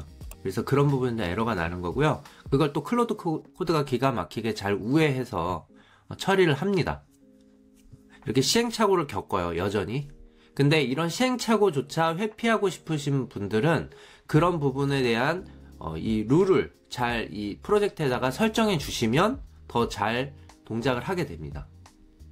여러분들께 너무 많은 투머치 인포메이션이 제공되는 것이 오히려 제가 전달하고자 하는 바이브 코딩 스킬에 대해서 방해를 할 수도 있기 때문에 많은 기능을 설명드리지 않아요. 오늘 제가 강조하고자 하는 부분은 컨텍스트 엔지니어링입니다. 자, 테스트를 해보죠. 예, 서버를 이제 기동합니다. 네, 백그라운드 실행을 위한 스크립트죠. 이렇게 백그라운드 실행을 하면은 옆에 이렇게 백그라운드에서 실행되는 출력들이 여기에 파일에 저장되게 됩니다. 그 출력을 읽어서 제대로 동작하고 있는지 확인하고 있는 거죠. 예, 서버를 종료하는 스크립트도 테스트를 하고 있네요. 자, 이렇게 지금 설치가 됐습니다. 서버 설치가 됐고요. 저희는 일단 외부로 도메인으로 노출을 하겠지만 로컬 호스트 안에서 저희가 이 내부망에서도 접근이 가능한지 한번 보도록 할게요. 자, 먼저 새로운 탭에서 한번 이렇게 접근을 해보도록 하죠. 제가 지금 5, 6, 7, 8 포트를 쓰고 있습니다. 들어가 보면 네, 접근이 되는데 문제는 저희가 지금 HTTP 프로토콜로 접근을 했거든요. 그래서 지금 이 부분이 막혀 있어요. 네, 이거는 정상적으로 접근이 된다라는 얘기예요. 그리고 리버스 프록시를 했으니까 9번도 되는지 볼게요. 네, 9번도 역시 접근이 되는데 이렇게 설정 때문에 접근이 안 되는 부분이 있습니다. 이 부분은 HTTPS 도메인을 연결하면서 이 터널링에서 해결이 되는 부분이에요. 근데 먼저 확인하고 싶으신 분들이 있어요. 이거를 NAN을 외부로 노출하지 않고 이 내부 망 안에서만 활용하실 분들도 있으실 겁니다. 그래서 그런 분들은 이 설정을 추가해 주시면 되고요. 바이브 코딩으로 하실 수 있어요. 자, 이 부분을 환경 변수를 추가해서 서버를 재기동해줘라고 입력을 해주시면 이 부분을 추가 설정을 하실 수 있어요. 자, 이 부분을 원하시지 않는 분들은 다음으로 바로 넘어가셔도 됩니다. 한번 되는지 보죠. 네, 서버를 먼저 중단하고 진행하겠죠. 보면은 여기 환경 변수에 이제 추가를 할 겁니다. 추가가 되는지 볼게요. 여러분들은 컨텍스트 문서에 이 도메인 정보는 여러분들 걸로 꼭 바꿔주셨으면 좋겠습니다. 바꾸셔야 여러분들 상황이 되는 거예요. 이 도메인으로 하시면은 아마 여러분들은 작동이 안 될 겁니다. 자, 서버 재시작하죠? 추가됐습니다. 여러분들이 수동으로 넣어주실 수 있는 이 코드 지식이 있다면 수동으로 넣어주셔도 돼요. 자, 근데 저희는 바이브 코딩을 의존을 해서 한번 진행을 해볼 겁니다. 지금 동작하고 있고 확인하고 있거든요. 저희도 함께 확인할 수 있을 것 같아요. 한번 보죠. 네, 접근이 잘 됐죠? 네, 이렇게 NAN에 이렇게 내부망에서도 접근이 됩니다. 공인 IP는 아니지만 내부에서 개인적인 용도로 쓰시는 분들은 여기까지만 오셔도 자동화 서버를 스마트폰으로 바로 활용하실 수가 있습니다. 자, 이 부분은 일단 닫아두고요. 자, 여기서 지금 테스트를 잘 한 것 같고요. 그 다음에는 이제 조금 더 어려운 난이도인 이 웹 서버를 실제 그 웹 프로젝트까지 해서 서버를 기동을 해볼 거예요. 사실은 원래 프로세스는 여러분들 노트북에서 개발을 먼저 하신 다음에 이것을 GitHub 레포지토리를 통해서 CI/CD 배포를 하셔서 이 서버에다가 복제를 해주셔야 됩니다. 보통은 그렇게 서버 안에서 이렇게 개발을 직접 진행하지 않아요. 그런데 요즘 이제 바이브 코딩이 발달하면서 그리고 또 여러분들의 프로젝트가 개인 프로젝트라는 전제하에 이거를 다른 사람들과 협업하는 부분들보다는 개인적으로 개발을 하시는 용도가 많을 거예요. 그죠? 그래서 그런 분들은 이제 클라이언트 측에서 개발을 해서 CI/CD, 즉 배포를 하는 그런 과정들을 생략하고 이 서버 안에서 바로 개발을 하는 거예요. 개발을 하고 충분히 테스트 하신 다음에 바로 이제 터널링을 통해서 외부로 노출해주는 방식을 사용하실 수 있습니다. 훨씬 더 좀 간단해져요. 대신 여기도 역시 코드에 대한 어떤 버전 관리가 필요하겠죠. 그럴 경우에는 다시 이 Git으로 SCM으로 관리를 하셔야 됩니다.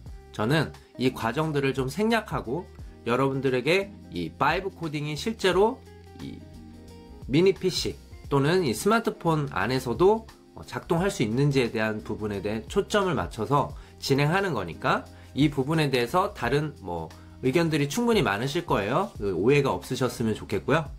자, 이번에 바로 이제 바이브 코딩을 이제 웹 서버를 해보도록 하겠습니다. 역시 제가 일단 먼저 프롬프트를 준비했어요. 자, 이 내용으로 한번 던져볼게요. 여러분들이 여기서 조금 더 응용하셔서 질의를 하셔도 돼요. 자, 이 내용대로 한번 들어가 볼게요. 프롬프트 MD 파일에 있어요. 그죠? 여기에 이 프롬프트는 제가 설명드렸던 것처럼 지금 총 5개 정도의 프레임워크를 가지고 있습니다. 역할, 목표, 배경 정보, 그다음에 사용해야 될 도구들, 다음에 아키텍처, 그 다음에 기타 등등 여기 좀 추가로 어펜딕스로 제가 추가로 더 넣었어요. 제가 실제로 테스트를 해보면서 이 바이브 코딩이 조금 더 효율적으로 되고 시행착오를 줄이려면 더 많은 가이드가 필요하다는 걸 알았어요. 그래서 제가 먼저 바이브 코딩을 한번 진행을 해봤고요. 그 절차들을 보고 이 클로드 코드에게 피드백을 시켰어요. 피드백을 시켜서 더 이 컨텍스트를 강화하도록 요청을 했습니다. 그랬더니 이 밑에 있는 내용들은 바이브 코딩으로 전부 만들어낸 거예요. 자, 그렇게 했더니 그 다음번에 이 코드를 가지고 다시 바이브 코딩을 하니까 바이브 코드가 더 효율화되고 토큰을 절약해서 더 딱 맞는 결과물을 만들어내더라고요. 그 부분을 여러분들께 이렇게 소개를 해드려요. 자, 한번 진행을 해보도록 하겠습니다. 네, 지금 시퀀셜 띵킹 도구를 사용했어요. 자, 왜냐하면 여기서는 도구를 사용하라고 제가 지침을 줬죠. 이렇게 계획을 먼저 수립하고 이 행동을 들어가기 전에 진행을 하게 되면 더 쫀쫀하게 실수 없이 절차대로 진행이 되겠죠. 자, 시퀀셜 띵킹 도구를 사용하도록 허용했습니다. 제가 중간에 7번 항목쯤에 이렇게 단계적인 접근에 대한 설명을 좀 넣었어요. 이 바이브 코딩을 제가 계속 하다 보니까 가장 바이브 코딩의 퀄리티가 좋고 제대로 동작하게끔 유도할 수 있는 방법은 이 절차들을 단계로 쪼개서 작은 태스크로 나눠서 진행을 하게 되면은 훨씬 더 실패 없이 잘 만들어집니다. 근데 요거를 통째로 그냥 만들어줘 이렇게 딸깍으로 요청을 하시게 되면은 우연찮게 잘 만들어지기도 해요. 우연히. 그리고 요즘 이제 이 클로드 코드가 제로샷으로도 결과물이 잘 나오는 편이에요. 이게 참 신기하다 보니까 처음에는 이제 그렇게 하시게 되겠지만 이런 제로샷이나 퓨샷으로 코딩을 하시면은 그 이상을 넘어가질 못하세요. 더 이 바이브 코딩으로 그 다음 단계로 넘어가고 싶으신 분들은 이렇게 더 구조적으로 컨텍스트 엔지니어를 반드시 해주시는 게 매우 중요하고요. 지금 보니까 피그마 도구를 사용해서 디자인 문서를 읽으려고 하죠. 제가 1번을 하지 않고 2번을 하는 이유는 이 요청을 매번 받지 않기 위해서요. 이 도구에 대해서는 허용을 해주려고 합니다. 이런 질문이 또 있으신 분들이 있으실 거예요.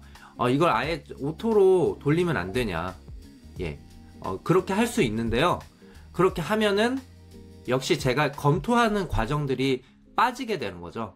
근데 그런 부분까지도 자동화하고 싶은 분들은 클로드 코드의 이 오토 컴플리트 기능을 사용을 하시면 됩니다. 근데 저는 여러분들께 이렇게 설명드리면서 이 바이브 코딩을 관리 감독하는 부분까지도 초점을 맞춰서 말씀드리기 위해서 그렇게 진행하는 점을 이해해 주시면 좋겠습니다. 네, 그 다음에는 디자인을 읽었으니까 개인 스펙 문서를 읽고 있죠. 예, 개인 스펙 문서는 여러분들의 내용으로 채워주신다라는 가정으로 진행을 하시면 됩니다. 근데 여기가 그냥 지금 예제를 한번 실행해보고 싶은 분들은 이대로 놓고 한번 진행을 해보세요. 여러분들 내용으로 바꾸시면 여러분들의 홈페이지가 만들어질 거예요. 디자인 MD 파일을 만들고 있죠. 자, 이 내용은 네, 바로 이 부분입니다. 네, 이 부분에 제가 피그마에 있는 디자인 구조를 이렇게 파일로 만들도록 요청을 했어요. 이유는 이렇게 파일로 만드는 과정에서 이 클로드 코드가 이 학습을 하게 됩니다. 컨텍스트가 굉장히 확장돼요. 근데 이 과정을 생략하고도 가능해요. 왜냐하면 이 대화, 이 세션 안에, 컨텍스트 안에 이 디자인에 대한 내용들이 들어가긴 하거든요. 근데 그 메모리에 들어가는 것 외에도 파일에다가 구조를 잡아 놓으면 더 장기 메모리에 영향을 받게 되고 더 컨텍스트에서 흐트러짐이 없이 코딩에 반영하게 됩니다. 제가 이런 부분은 좀 경험적으로 좀 얻게 된 부분이고요. 물론 이제 클로드 코드의 장기 기억 메모리 기능이 따로 있어요. 클로드.md 파일로 관리를 하거든요. 예, 그렇게 하실 수도 있지만 꼭 그 기능을 쓰지 않으시더라도 이렇게 컨텍스트를 위한 중간 저장 장기 기억 메모리 파일을 만드시는 것을 바이브 코딩에서 추천을 드립니다. 네, 그 다음에는 이제 리액트 프로젝트를 시작하려고 하죠. 이제 본격적인 개발을 들어가는 겁니다. 네, 바이트 리액트 프로젝트를 진행을 하죠. 네, 빌드 설정을 합니다. 네, 프로젝트를 빌드하기 위한 설정, 그 다음에 서버를 가동시키기 위한 설정들, 그 다음에 필요한 의존성 라이브러리들을 여기 package.json 파일에 작성을 해두어야 진행이 되거든요. 자, 그 다음에 지금 백엔드를 준비 중인 것 같아요. 예. 자, 2단계를 진행하고 있다고 보시면 되겠습니다. byte.config.js 파일을 만들고 있는데 제가 밑에 작성 지침을 더 주었어요. 거의 그 틀을 벗어나지 않고 작성을 하고 있습니다. 자, 그렇죠? 자, 이 틀을 그대로 지금 가져가고 있어요. 물론 이걸 제공하지 않으셔도 클로드 코드가 자율적으로 그 컨텍스트 안에서 진행을 해요. 제로샷으로도 진행을 잘 하고요. 컨텍스트 7을 이용해서 컨텍스트를 강화하시면 더 잘합니다. 이 설정보다 더 좋은 설정을 제안하기도 해요. 근데 지금 같은 경우는 제가 이 틀을 좀 강제했습니다. 이제 환경 변수를 준비하고 있어요. 여기 보면 recent API key 보이시죠? 자, 이메일 서비스를 사용하기 위한 설정이라고 보실 수 있어요. 어떻게 이 키를 여기다 넣었을까요? 당연히 여기는 recent example 이 파일을 읽은 거예요. 이 파일을 읽으라고 지침을 주었기 때문입니다. 여기 안에서. 다음에 이 content json 파일을 만들고 있습니다. 자, 이 파일은 어떤 용도이냐면요. 마치 데이터베이스의 역할을 하게 돼요. 지금 여러분들의 프로젝트는 데이터베이스를 따로 구축을 하지 않고 진행을 하고 있습니다. 더 고급 프로젝트로 가실 때는 당연히 데이터베이스를 구성을 하셔야 돼요. 근데 개인 이제 포트폴리오 홈페이지이기 때문에 데이터베이스가 오히려 과스펙이에요. 그래서 여러분들께 이 컨텐트를 관리하는 이 파일을 하나 만들어 놓고 이 파일을 읽어서 각 정적 내용들을 채워 나갈 수 있도록 구조화를 한 것입니다. 그러면 여러분들이 만약에 이렇게 만들어 놓고 나서 나중에 이 컨텐트 JSON 파일만 수정하시면 그 내용을 계속 업데이트 하시고 운영하실 수가 있겠죠. 예, 그런 구조를 만들기 위해서 이렇게 작성을 했습니다. 그 다음에 디자인을 정리하고 있어요. 디자인 문서입니다. 이 디자인을 직접 하나하나 다 개발하고 수정하려면 정말 손이 많이 들어가겠죠. 근데 바이브 코딩을 이용하면 이렇게 초안을 굉장히 빠르게 잡아주기 때문에 시간을 굉장히 절약할 수 있고요. 코드 지식이 부족하신 분들, 특히 프론트 개발자는 백엔드를 잘 모르고 백엔드 개발자는 프론트엔드에 대해서 지식이 좀 부족하실 수 있는데 그런 공백을 바이브 코딩이 잘 메워주기 때문에 너무 좋은 거. 지금 컴포넌트를 하나씩 만들고 있거든요. 바로 이 3단계를 진행하고 있기 때문이에요. 자, 이 리액트 프로젝트는 컴포넌트 단위로 개발을 하죠. UI의 어떤 특정 섹션이나 버튼이나 이런 UI 구성 요소들을 컴포넌트 단위로 개발을 한다. 이런 특징을 가지고 있습니다. 이런 리액트에 대한 지식이 좀 없으셔도 컴포넌트가 대략적으로 어떤 역할을 하는구나 라는 거를 이해하고 가시면 더 좋겠습니다. 이때 이렇게 쌍으로 2개씩 만들고 있어요. 물론 이렇게 CSS 파일을 따로 만들지 않고요. 이 디자인 프레임워크를 사용하시는 경우도 있어요. 뭐 샤드CN이나 머터리얼 UI나 이런 디자인 프레임워크를 쓰실 수도 있는데 저는 여기에 그런 지침을 따로 주지 않았죠. 그냥 CSS로 작업을 하도록 유도를 했고요. 이렇게 지금 하나씩 만들고 있습니다. 더 나은 프로젝트를 하고 싶은 분들은 여기 있는 컨텍스트를 계속 수정하시면서 발전시켜 나가시면 됩니다. 근데 저희의 지식 자산은 지금 이 컨텍스트 문서라고 보실 수가 있어요. 이 컨텍스트 문서를 한번 사용하고 버리는 게 아니라 계속 발전시키고 피드백해서 수정해 나가시는 그 과정이 여러분들께 지식 자산화가 된다라고 생각을 하시면 돼요. 이 바이브 코딩 과정은 저희가 보면서 읽고 독해할 수 있으면 되거든요. 근데 이 컨텍스트 문서는 저희가 관리를 해야 돼요. 그리고 그 문서에 대한 부족한 부분들은 LLM의 도움을 받아서 이 프롬프트를 만드는 프롬프팅을 하시면 됩니다. 그래서 시행착오를 겪어가시면서 완성하시는 거다 라고 생각하시면 되겠습니다. 저도 이 프롬프트가 한 번에 만들어진 건 아니에요.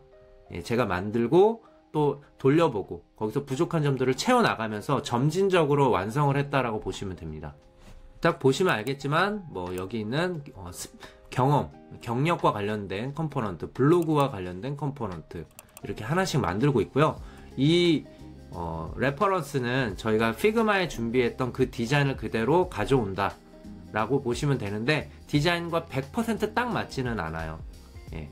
그걸 정말 디자인을 100% 클로닝을 하시려면 하나하나 한 땀 한 땀 그 디자인을 코드를 만드셔야 되거든요.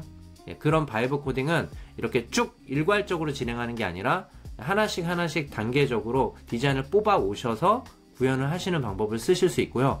또는 이런 디자인을 그대로 클로닝을 하는 걸 도와주는 그런 유틸리티 서비스들이 제법 있어요. 그것도 100%는 아니에요. 거의 80% 90%까지는 거의 비슷하게 클로닝을 해주는데 완전 100% 그대로 가져오긴 좀 어렵습니다. 왜냐면 정적인 정보이고 이걸 동적인 정보로 가져와서 동적 페이지들을 구성을 해야 되잖아요. 그 과정에서 설정해야 될 수많은 파라미터들이 있습니다. 그런 부분들을 이 클로드 코드가 아무리 똑똑하더라도 그대로 복제하기는 어렵기 때문에 또 저희가 이 디자인에 대한 관리도 또 해줘야 합니다. 바이브 코딩은 절대로 어떤 신탁을 받는, 이게 딸깍으로 저희가 뭐 게시를 받는 뭐 이런 식의 툴이 아니에요. 그래서 여러분들이 끊임없이 컨텍스트 엔지니어링과 씨름을 하셔서 생산성을 높이는 도구다. 예, 이렇게 생각하시고 접근하시는 게 맞아요. 근데 이런 부분에서 워낙 이 자동화가 잘 되다 보니까 조금 과장된 측면들이 있어요. 예, 그런 부분들에 너무 현혹되지 마시고 정확하게 이 바이브 코딩을 잘 활용하셨으면 좋겠습니다. 자, 그 다음에는 팩셀스로 해서 이미지들 넣고 있는 작업이에요. 예, 들어가 보면 이미지들 굉장히 많이 공유가 돼 있고요. 이 이미지들 중에서 유관한 샘플 이미지를 가져오는 거예요. 저 MCP를 통해서. 자, 2번을 눌러서 진행하겠습니다.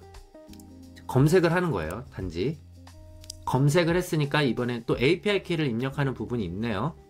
자, API 키를 넣으라고 해볼게요. 지금 어느 정도 코드 구성은 다 된 것 같아요. 개발은 끝났고 테스트 단계입니다. 지금 4단계, 5단계로 간 것 같아요.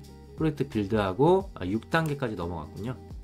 자, 프로젝트 빌드를 하겠습니다. 자바스크립트는 인터프리터 언어이기 때문에 바로 그 스크립트를 실행하면서 런타임이 진행이 되는데, 이 부분은 빌드를 하는 이유는 여기에 여러가지 정적 파일들, 그 다음에 이 코드를 압축하는 과정들 바로 실행할 수 있도록 통합해주는 과정들이 저 안에 같이 있습니다. 그걸 빌드라고 하고요. 자, 바로 이제 서빙이 될 수 있도록 해주는 파일 형태로 이제 바꿔줍니다. 그러면 진행을 할 건지 서버 실행해 볼게요. 5001번이죠? 여러분들이 저랑 같이 이렇게 바이브 코딩 과정을 진행하면서 혹시 이 과정대로 흐르지 않고 실패를 하는 경우들이 있습니다. 그러면 너무 당황하지 마시고요. 중고급자 분들은 그 과정에서 피드백을 해서 다시 재요청을 하셔도 돼요. 예, 그렇게 해서 결국은 목표에 도달할 수 있도록 유도를 한 번 더 해주시면 됩니다. 바이브 코딩은 1회로 끝난다라는 보장은 없어요. 예, 그게 잘 안 될 수도 있어요. 그런 경우는 그런 식으로 하시고요. 초보자 분들은 아예 이 과정을 처음부터 진행을 하시는 걸 권장을 드려요. 그렇게 가면서 조금씩 코드를 보는 부분들이 리터러시가 늘어나셨을 때 그때 수정 지침을 좀 주시는 식으로 해서 계속 이 클로드 코드가 올바른 방향으로 흘러갈 수 있도록 제어를 해주시면 좋겠습니다. 자, 백그라운드 실행을 하죠. 여러분들 스마트폰에서 지금 이게 개발되고 있다 라는 게 문득 생각해보면 좀 신기하지 않으세요? 불과 몇 년 전만 해도 이렇게까지 개발하기는 좀 어려웠어요. 물론 이제 손코딩을 할 수도 있는데 그것도 이렇게 서버 안에서 바로 개발하거나 이런 경우는 드물죠. 예, 그런데 여기에서 수분 내로 여러분들 홈페이지를 만들어서 바로 배포까지 해버리고 그 다음에 외부에서 접근 가능하도록 만들 수 있다 라는 점이 이런 생산성을 만들어낸 바이브 코딩의 덕분이라고 저는 생각을 하고 있고요. 진입 장벽을 낮추긴 했지만 여전히 저희가 공부할 부분들이 있어요. 예, 그런 부분들은 계속 채워나가시면 됩니다. 보시면서. 자, 리드미를 작성하고 있어요. 7단계네요. 보시면 여기 앱 폴더가 생겼죠. 이 앱 폴더를 보면 쭉 이제 코딩된 결과물들을 볼 수가 있습니다. 빌드가 끝나고 나면 여기 있는 디스트 폴더가 생겨요. 이 폴더가 서빙이 되는 거예요. 자, 지금 개발이 완료됐다고 합니다. 접근이 되는지 한번 테스트를 해볼까요? 자, 익스프레스 서버를 접근하면 될 것 같은데요. 5001번으로 한번 똑같이 아까 NAN처럼 접근을 해보도록 할게요. 네, 자, 이렇게 들어왔고요. 이미지들이 잘 들어가지 않은 점 빼고는 구조가 거의 다 만들어졌어요. 그죠? 자, 이 이미지가 제대로 들어가도록 한번 다시 요청을 해보도록 할게요. 이미지가 잘 만들어졌는지도 좀 확인을 해봐야겠는데 셋 보면은 이미지가 전혀 만들어지지가 않았거든요. 팩셀스를 잘 활용을 못했어요. 그래서 팩셀스를 잘 활용할 수 있도록 아까 보니까 이 MCP를 제대로 쓰지 않고 API 키를 세팅하는 부분을 진행을 하는 걸 봤거든요.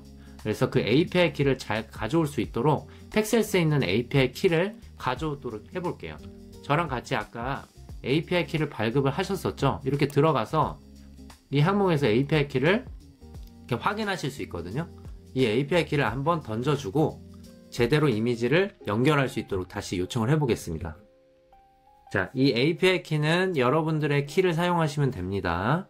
이게 잘 될 때도 있고 안 될 때도 있고 해서 이런 샘플 이미지는 생략을 하고 넘어가셔도 돼요. 여러분들의 그 준비된 이미지를 어차피 넣어 주셔야 되잖아요. 그래서 그 이미지로 넣어 주셔도 되는데 제가 이미지까지도 자동으로 이렇게 플레이스홀더를 잡아주는 부분들을 여러분들께 한번 보여드리고 싶었어요. 네, MCP 사용은 실패한 것 같아요.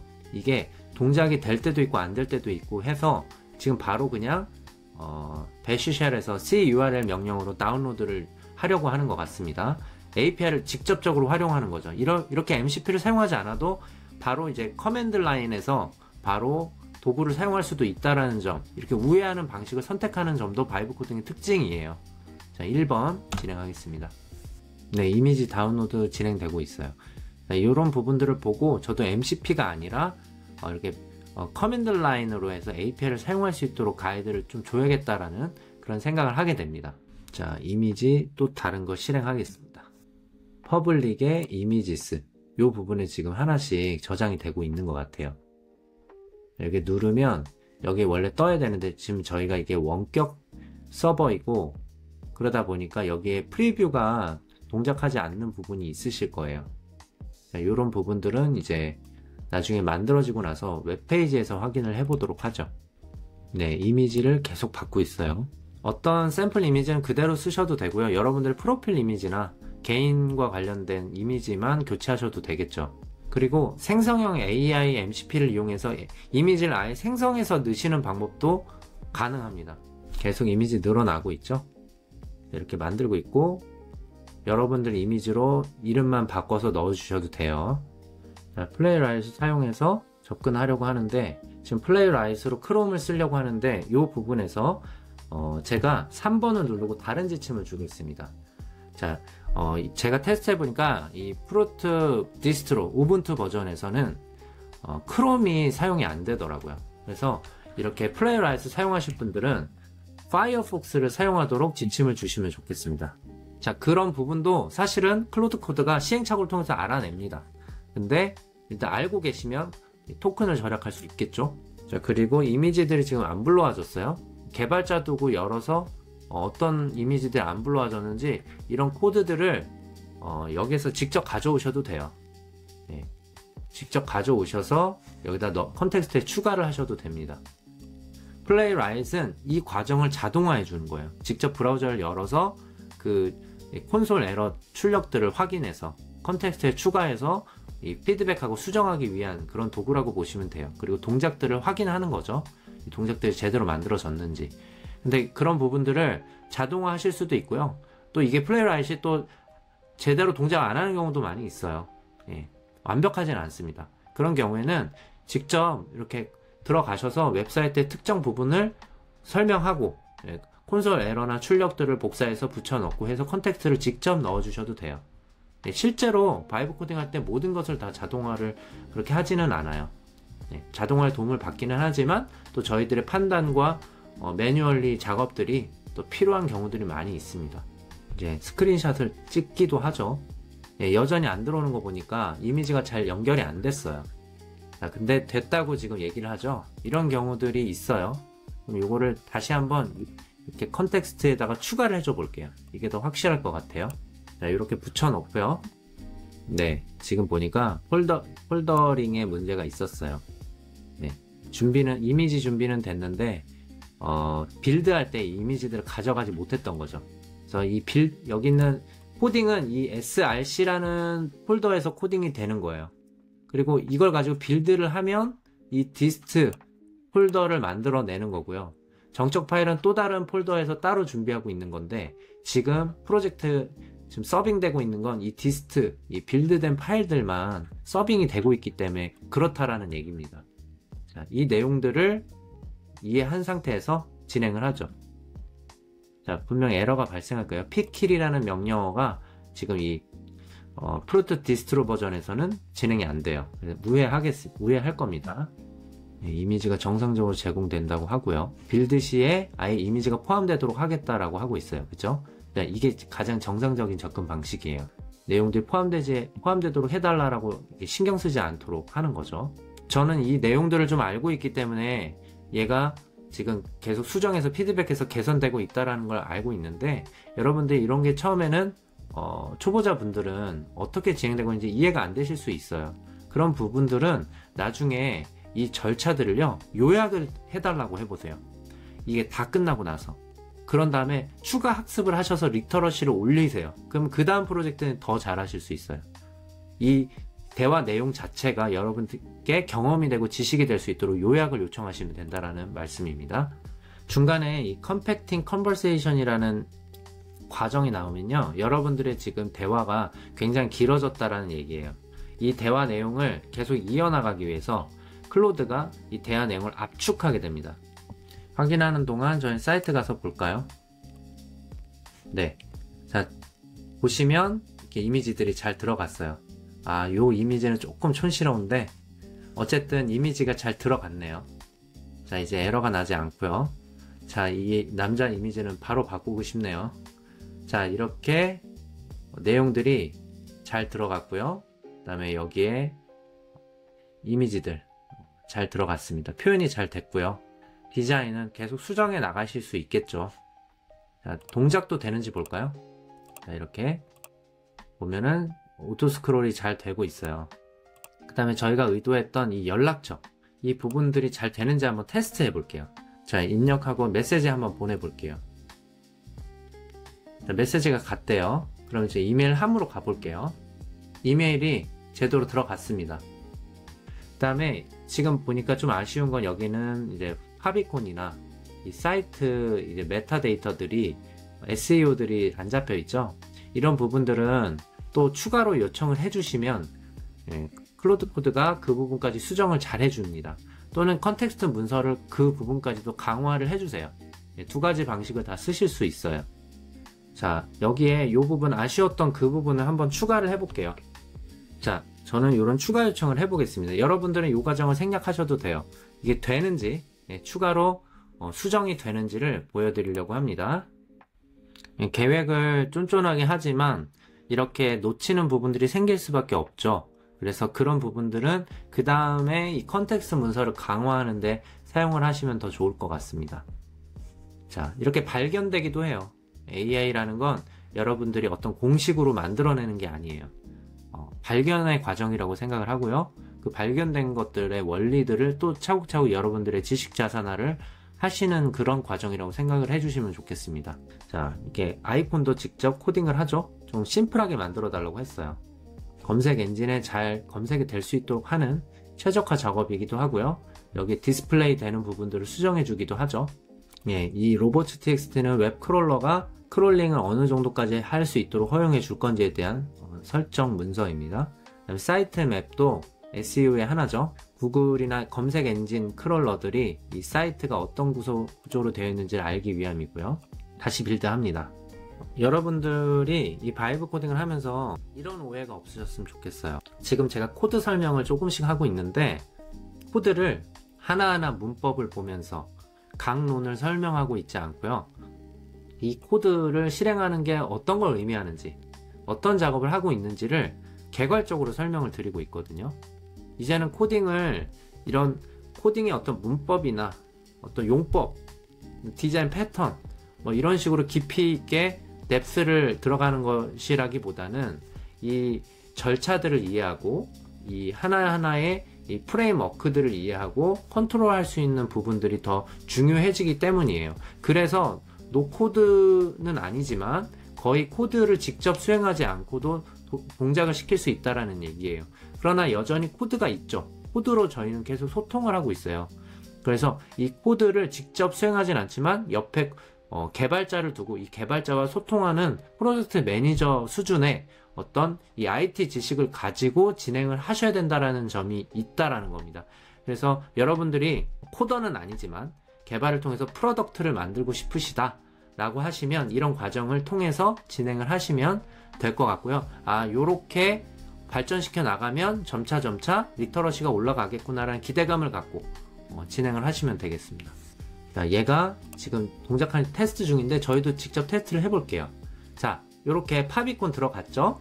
그 다음에 사이트 이미지 들어갔어요. 자, 그리고 SEO가 아마 잘 들어갔을 겁니다. 자, 요런 절차들이 얘가 잘 해냈네요. 자, 테스트는 저희가 직접 했으니까 ESC를 누르면 이 과정을 인터럽트 해서 종료시킬 수가 있어요. 그 다음에 다른 작업을 또 이어가도록 하겠습니다. 자, 그 다음에는 저희가 이제 호스팅을 해야 돼요. 여기는 클라우드 플레어 마크다운 문서입니다. 그래서 이 문서를 여러분들 직접 읽어서 수동으로 하실 수도 있어요. 네, 수동으로 하실 수 있는 내용을 요걸 그냥 LLM에게 한번 위임을 해보려고 합니다. 자, 그 프롬프트를 제가 여기에다가 이렇게 적어놨어요. 요거를 복사하셔가지고 이렇게 붙여 넣어주시고요. 이 문서를 읽고 NAN과 웹서버를 외부 호스팅을 해달라. 네, 라고 했고, 임시 터널링을 먼저 해달라. 클라우드 플레어가 참 좋은 점이 저희가 로그인을 하지 않아도 임시 터널링 서비스를 제공해줘요. 그래서 먼저 잘 터널링이 되는지를 확인하고 그 다음에 로그인을 해서 저희들 도메인을 연결해 주는 것까지 할 수가 있습니다. 다 자동으로 한번 해볼게요.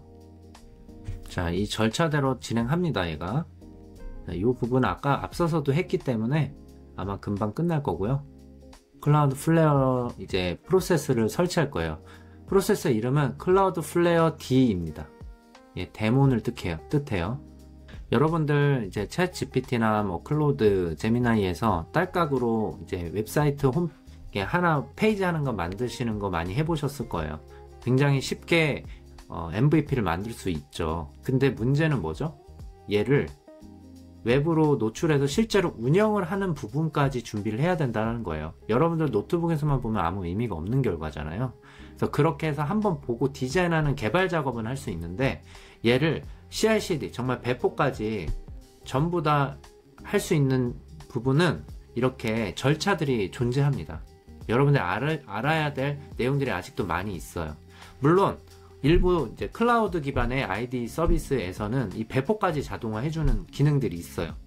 네, 그런 기능을 쓰실 수도 있는데 중요한 게 뭐죠? 유료 서비스입니다.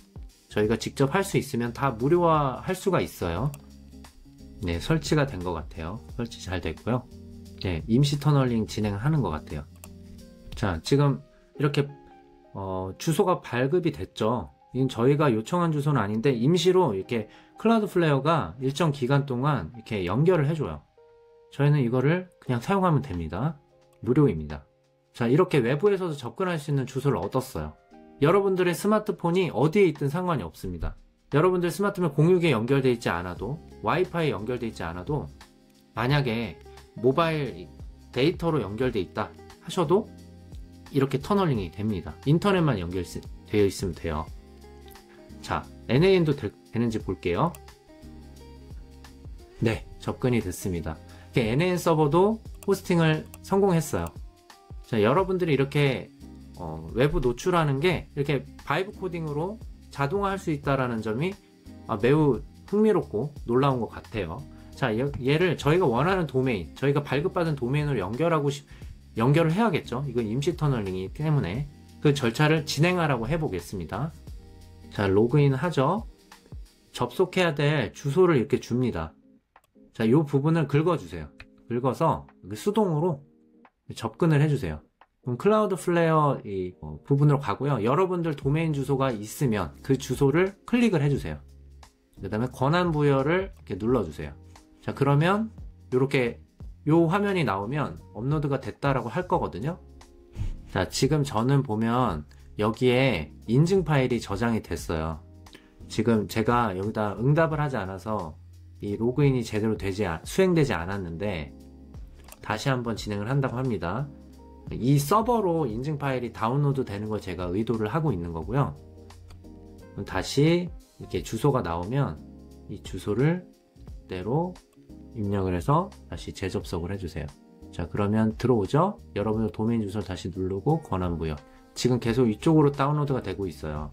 이쪽으로 들어오지 않고 있고요. 자, 그러면 이걸 잠시 ESC를 눌러서 중단을 하고요. 터미널을 따로 열어서, 자, 여기서 여기 있는 요 주소인데, 이 폴더 안에 지금 인증키가 저장이 안 됐어요. 복사를 해보도록 하겠습니다. 이 인증키를 받아다가 여기다가 이렇게 넣어주세요. 이렇게 수동 작업을 하지 않으셔도 자동으로 원래 들어가는데 이 부분이 잘 되질 않아서 제가 이렇게 수동으로 한번 넣어보도록 하겠습니다. 자, 그러면 여기 CRT-PEM 이라고 들어갔어요. 이 파일을 이 폴더로 복사를 해주셔야 되는데 이 복사를 하는 과정을 진행을 해볼게요. 자, 복사 과정은 클로드 코드에서 하셔도 되고 별도의 터미널 창에서 진행하셔도 돼요.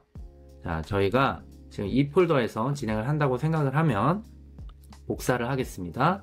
cert pem 키를 루트에 있는 클라우드 플레이어 밑으로 이렇게 복사 명령어를 해주시면 됩니다. 이 파일을 이 디렉토리로 복사를 해라 라는 뜻이죠. 또는 그냥 이동을 시키셔도 돼요. MV 이렇게 바꿔서 아예 파일을 이동을 시켜주세요. 자, 그러면 이쪽에서는 없어지죠. 자, 이 상태에서 한번 다시 진행해 볼게요. 네, 이렇게 인증 절차 완료됐다. 그 다음 진행해달라 정하겠습니다. 자, 이 부분이 자동으로 되시는 분은 자동으로 진행을 하셔도 돼요. 자, 저처럼 만약에 안 되는 분들, 이런 좀 의외성이 있는데 이런 부분들은 이런 식으로 복사해서 그 디렉토리로 팸키를 복사해서 준비를 해주시면 가능합니다. 네, 확인을 했죠. 자, 여기 보면 인그레스 룰을 언급하고 있죠. 내부에 있는 서비스로 접근할 수 있도록 설정을 해주는 거예요. 설정 파일을 아마 만들 겁니다. 자, 이 설정 파일을 만든다고 하고요. 이걸 매번 이제 이렇게 확인하기가 어려우니까 여기 작업 폴더를 하나 추가해 주셔도 돼요. Add folder to workspace 라는 부분이 있어요. 자, 여기에서 Add folder to workspace 눌러서 이 폴더 자체를 아예 이 작업 폴더에다 추가를 해 주셔도 돼요. 자, 그러면 이렇게 아예 추가가 되거든요. 추가가 되고 지금 만약에 저처럼 이렇게 세션이 끊어지셨으면 클로드 코드를 다시 켜셔서 슬래시 하고 resume이라고 치시면 진행했던 대화를 목록에서 확인할 수가 있어요. 그 중에서 가장 최근 대화 목록을 가져와서 이 상태에서 다시 진행하시면 됩니다. 그 다음에 계속 진행해 라고 하시고 어떻게 만드는지 내용을 여기서 같이 보시는 거죠. 지금 보면 제이슨 파일도 준비가 돼 있고 팸키도 준비가 돼 있어요. 아예 처음부터 이렇게 진행하고 준비하고 진행하셔도 됩니다. 작업 폴더가 이렇게 두 개가 있습니다. 자, config 파일을 만들고 있어요. 자, 이게 중요합니다. 네, 설정을 하고 있죠. 포트폴리오 서브 도메인, 그다음에 NAN 서브 도메인, 그다음에 DNS에 자동으로 라우팅 정보까지 적용을 해줍니다. 저는 이 기능이 참 편한 것 같아요. 이거 설정하려면 클라우드 플레어로 들어가셔야 돼요. 자, 이렇게 터널이 지금 만들어져 있죠. 터널 만들어져 있고 여러분들 여기 DNS로 들어가서 DNS 레코드 관리 부분이 있거든요. 이 부분을 클릭하셔가지고 지금 보면 여기에 CNAM으로 해서 레코드 두 개가 등록이 되어 있는 걸 볼 수 있거든요. 이 부분을 자동으로 등록을 해준 거예요. 만약에 저렇게 바이브 코딩으로 안 하실 경우에는 여러분들이 여기서 직접 이렇게 설정을 하셔도 돼요. 자, 그 다음에 프로세스 또 킬하고, 자, 지금 설정을 했으니까 이제 접근이 되겠죠. 안내를 해줄 겁니다. 좀 기다려 볼게요.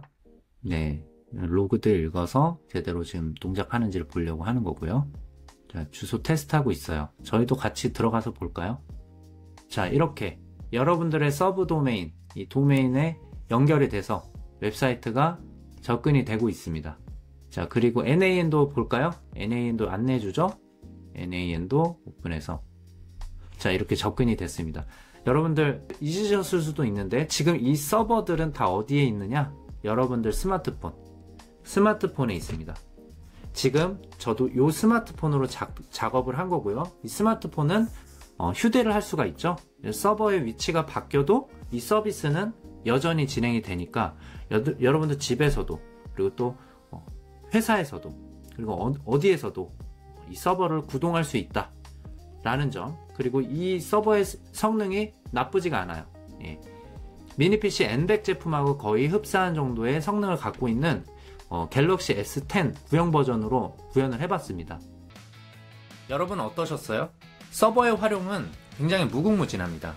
파일 서버, 웹 서버, 자동화 서버, 더 나아가서 홈 AI 어시스턴트 만들기 등 우리가 모두 직접 구성할 수가 있습니다.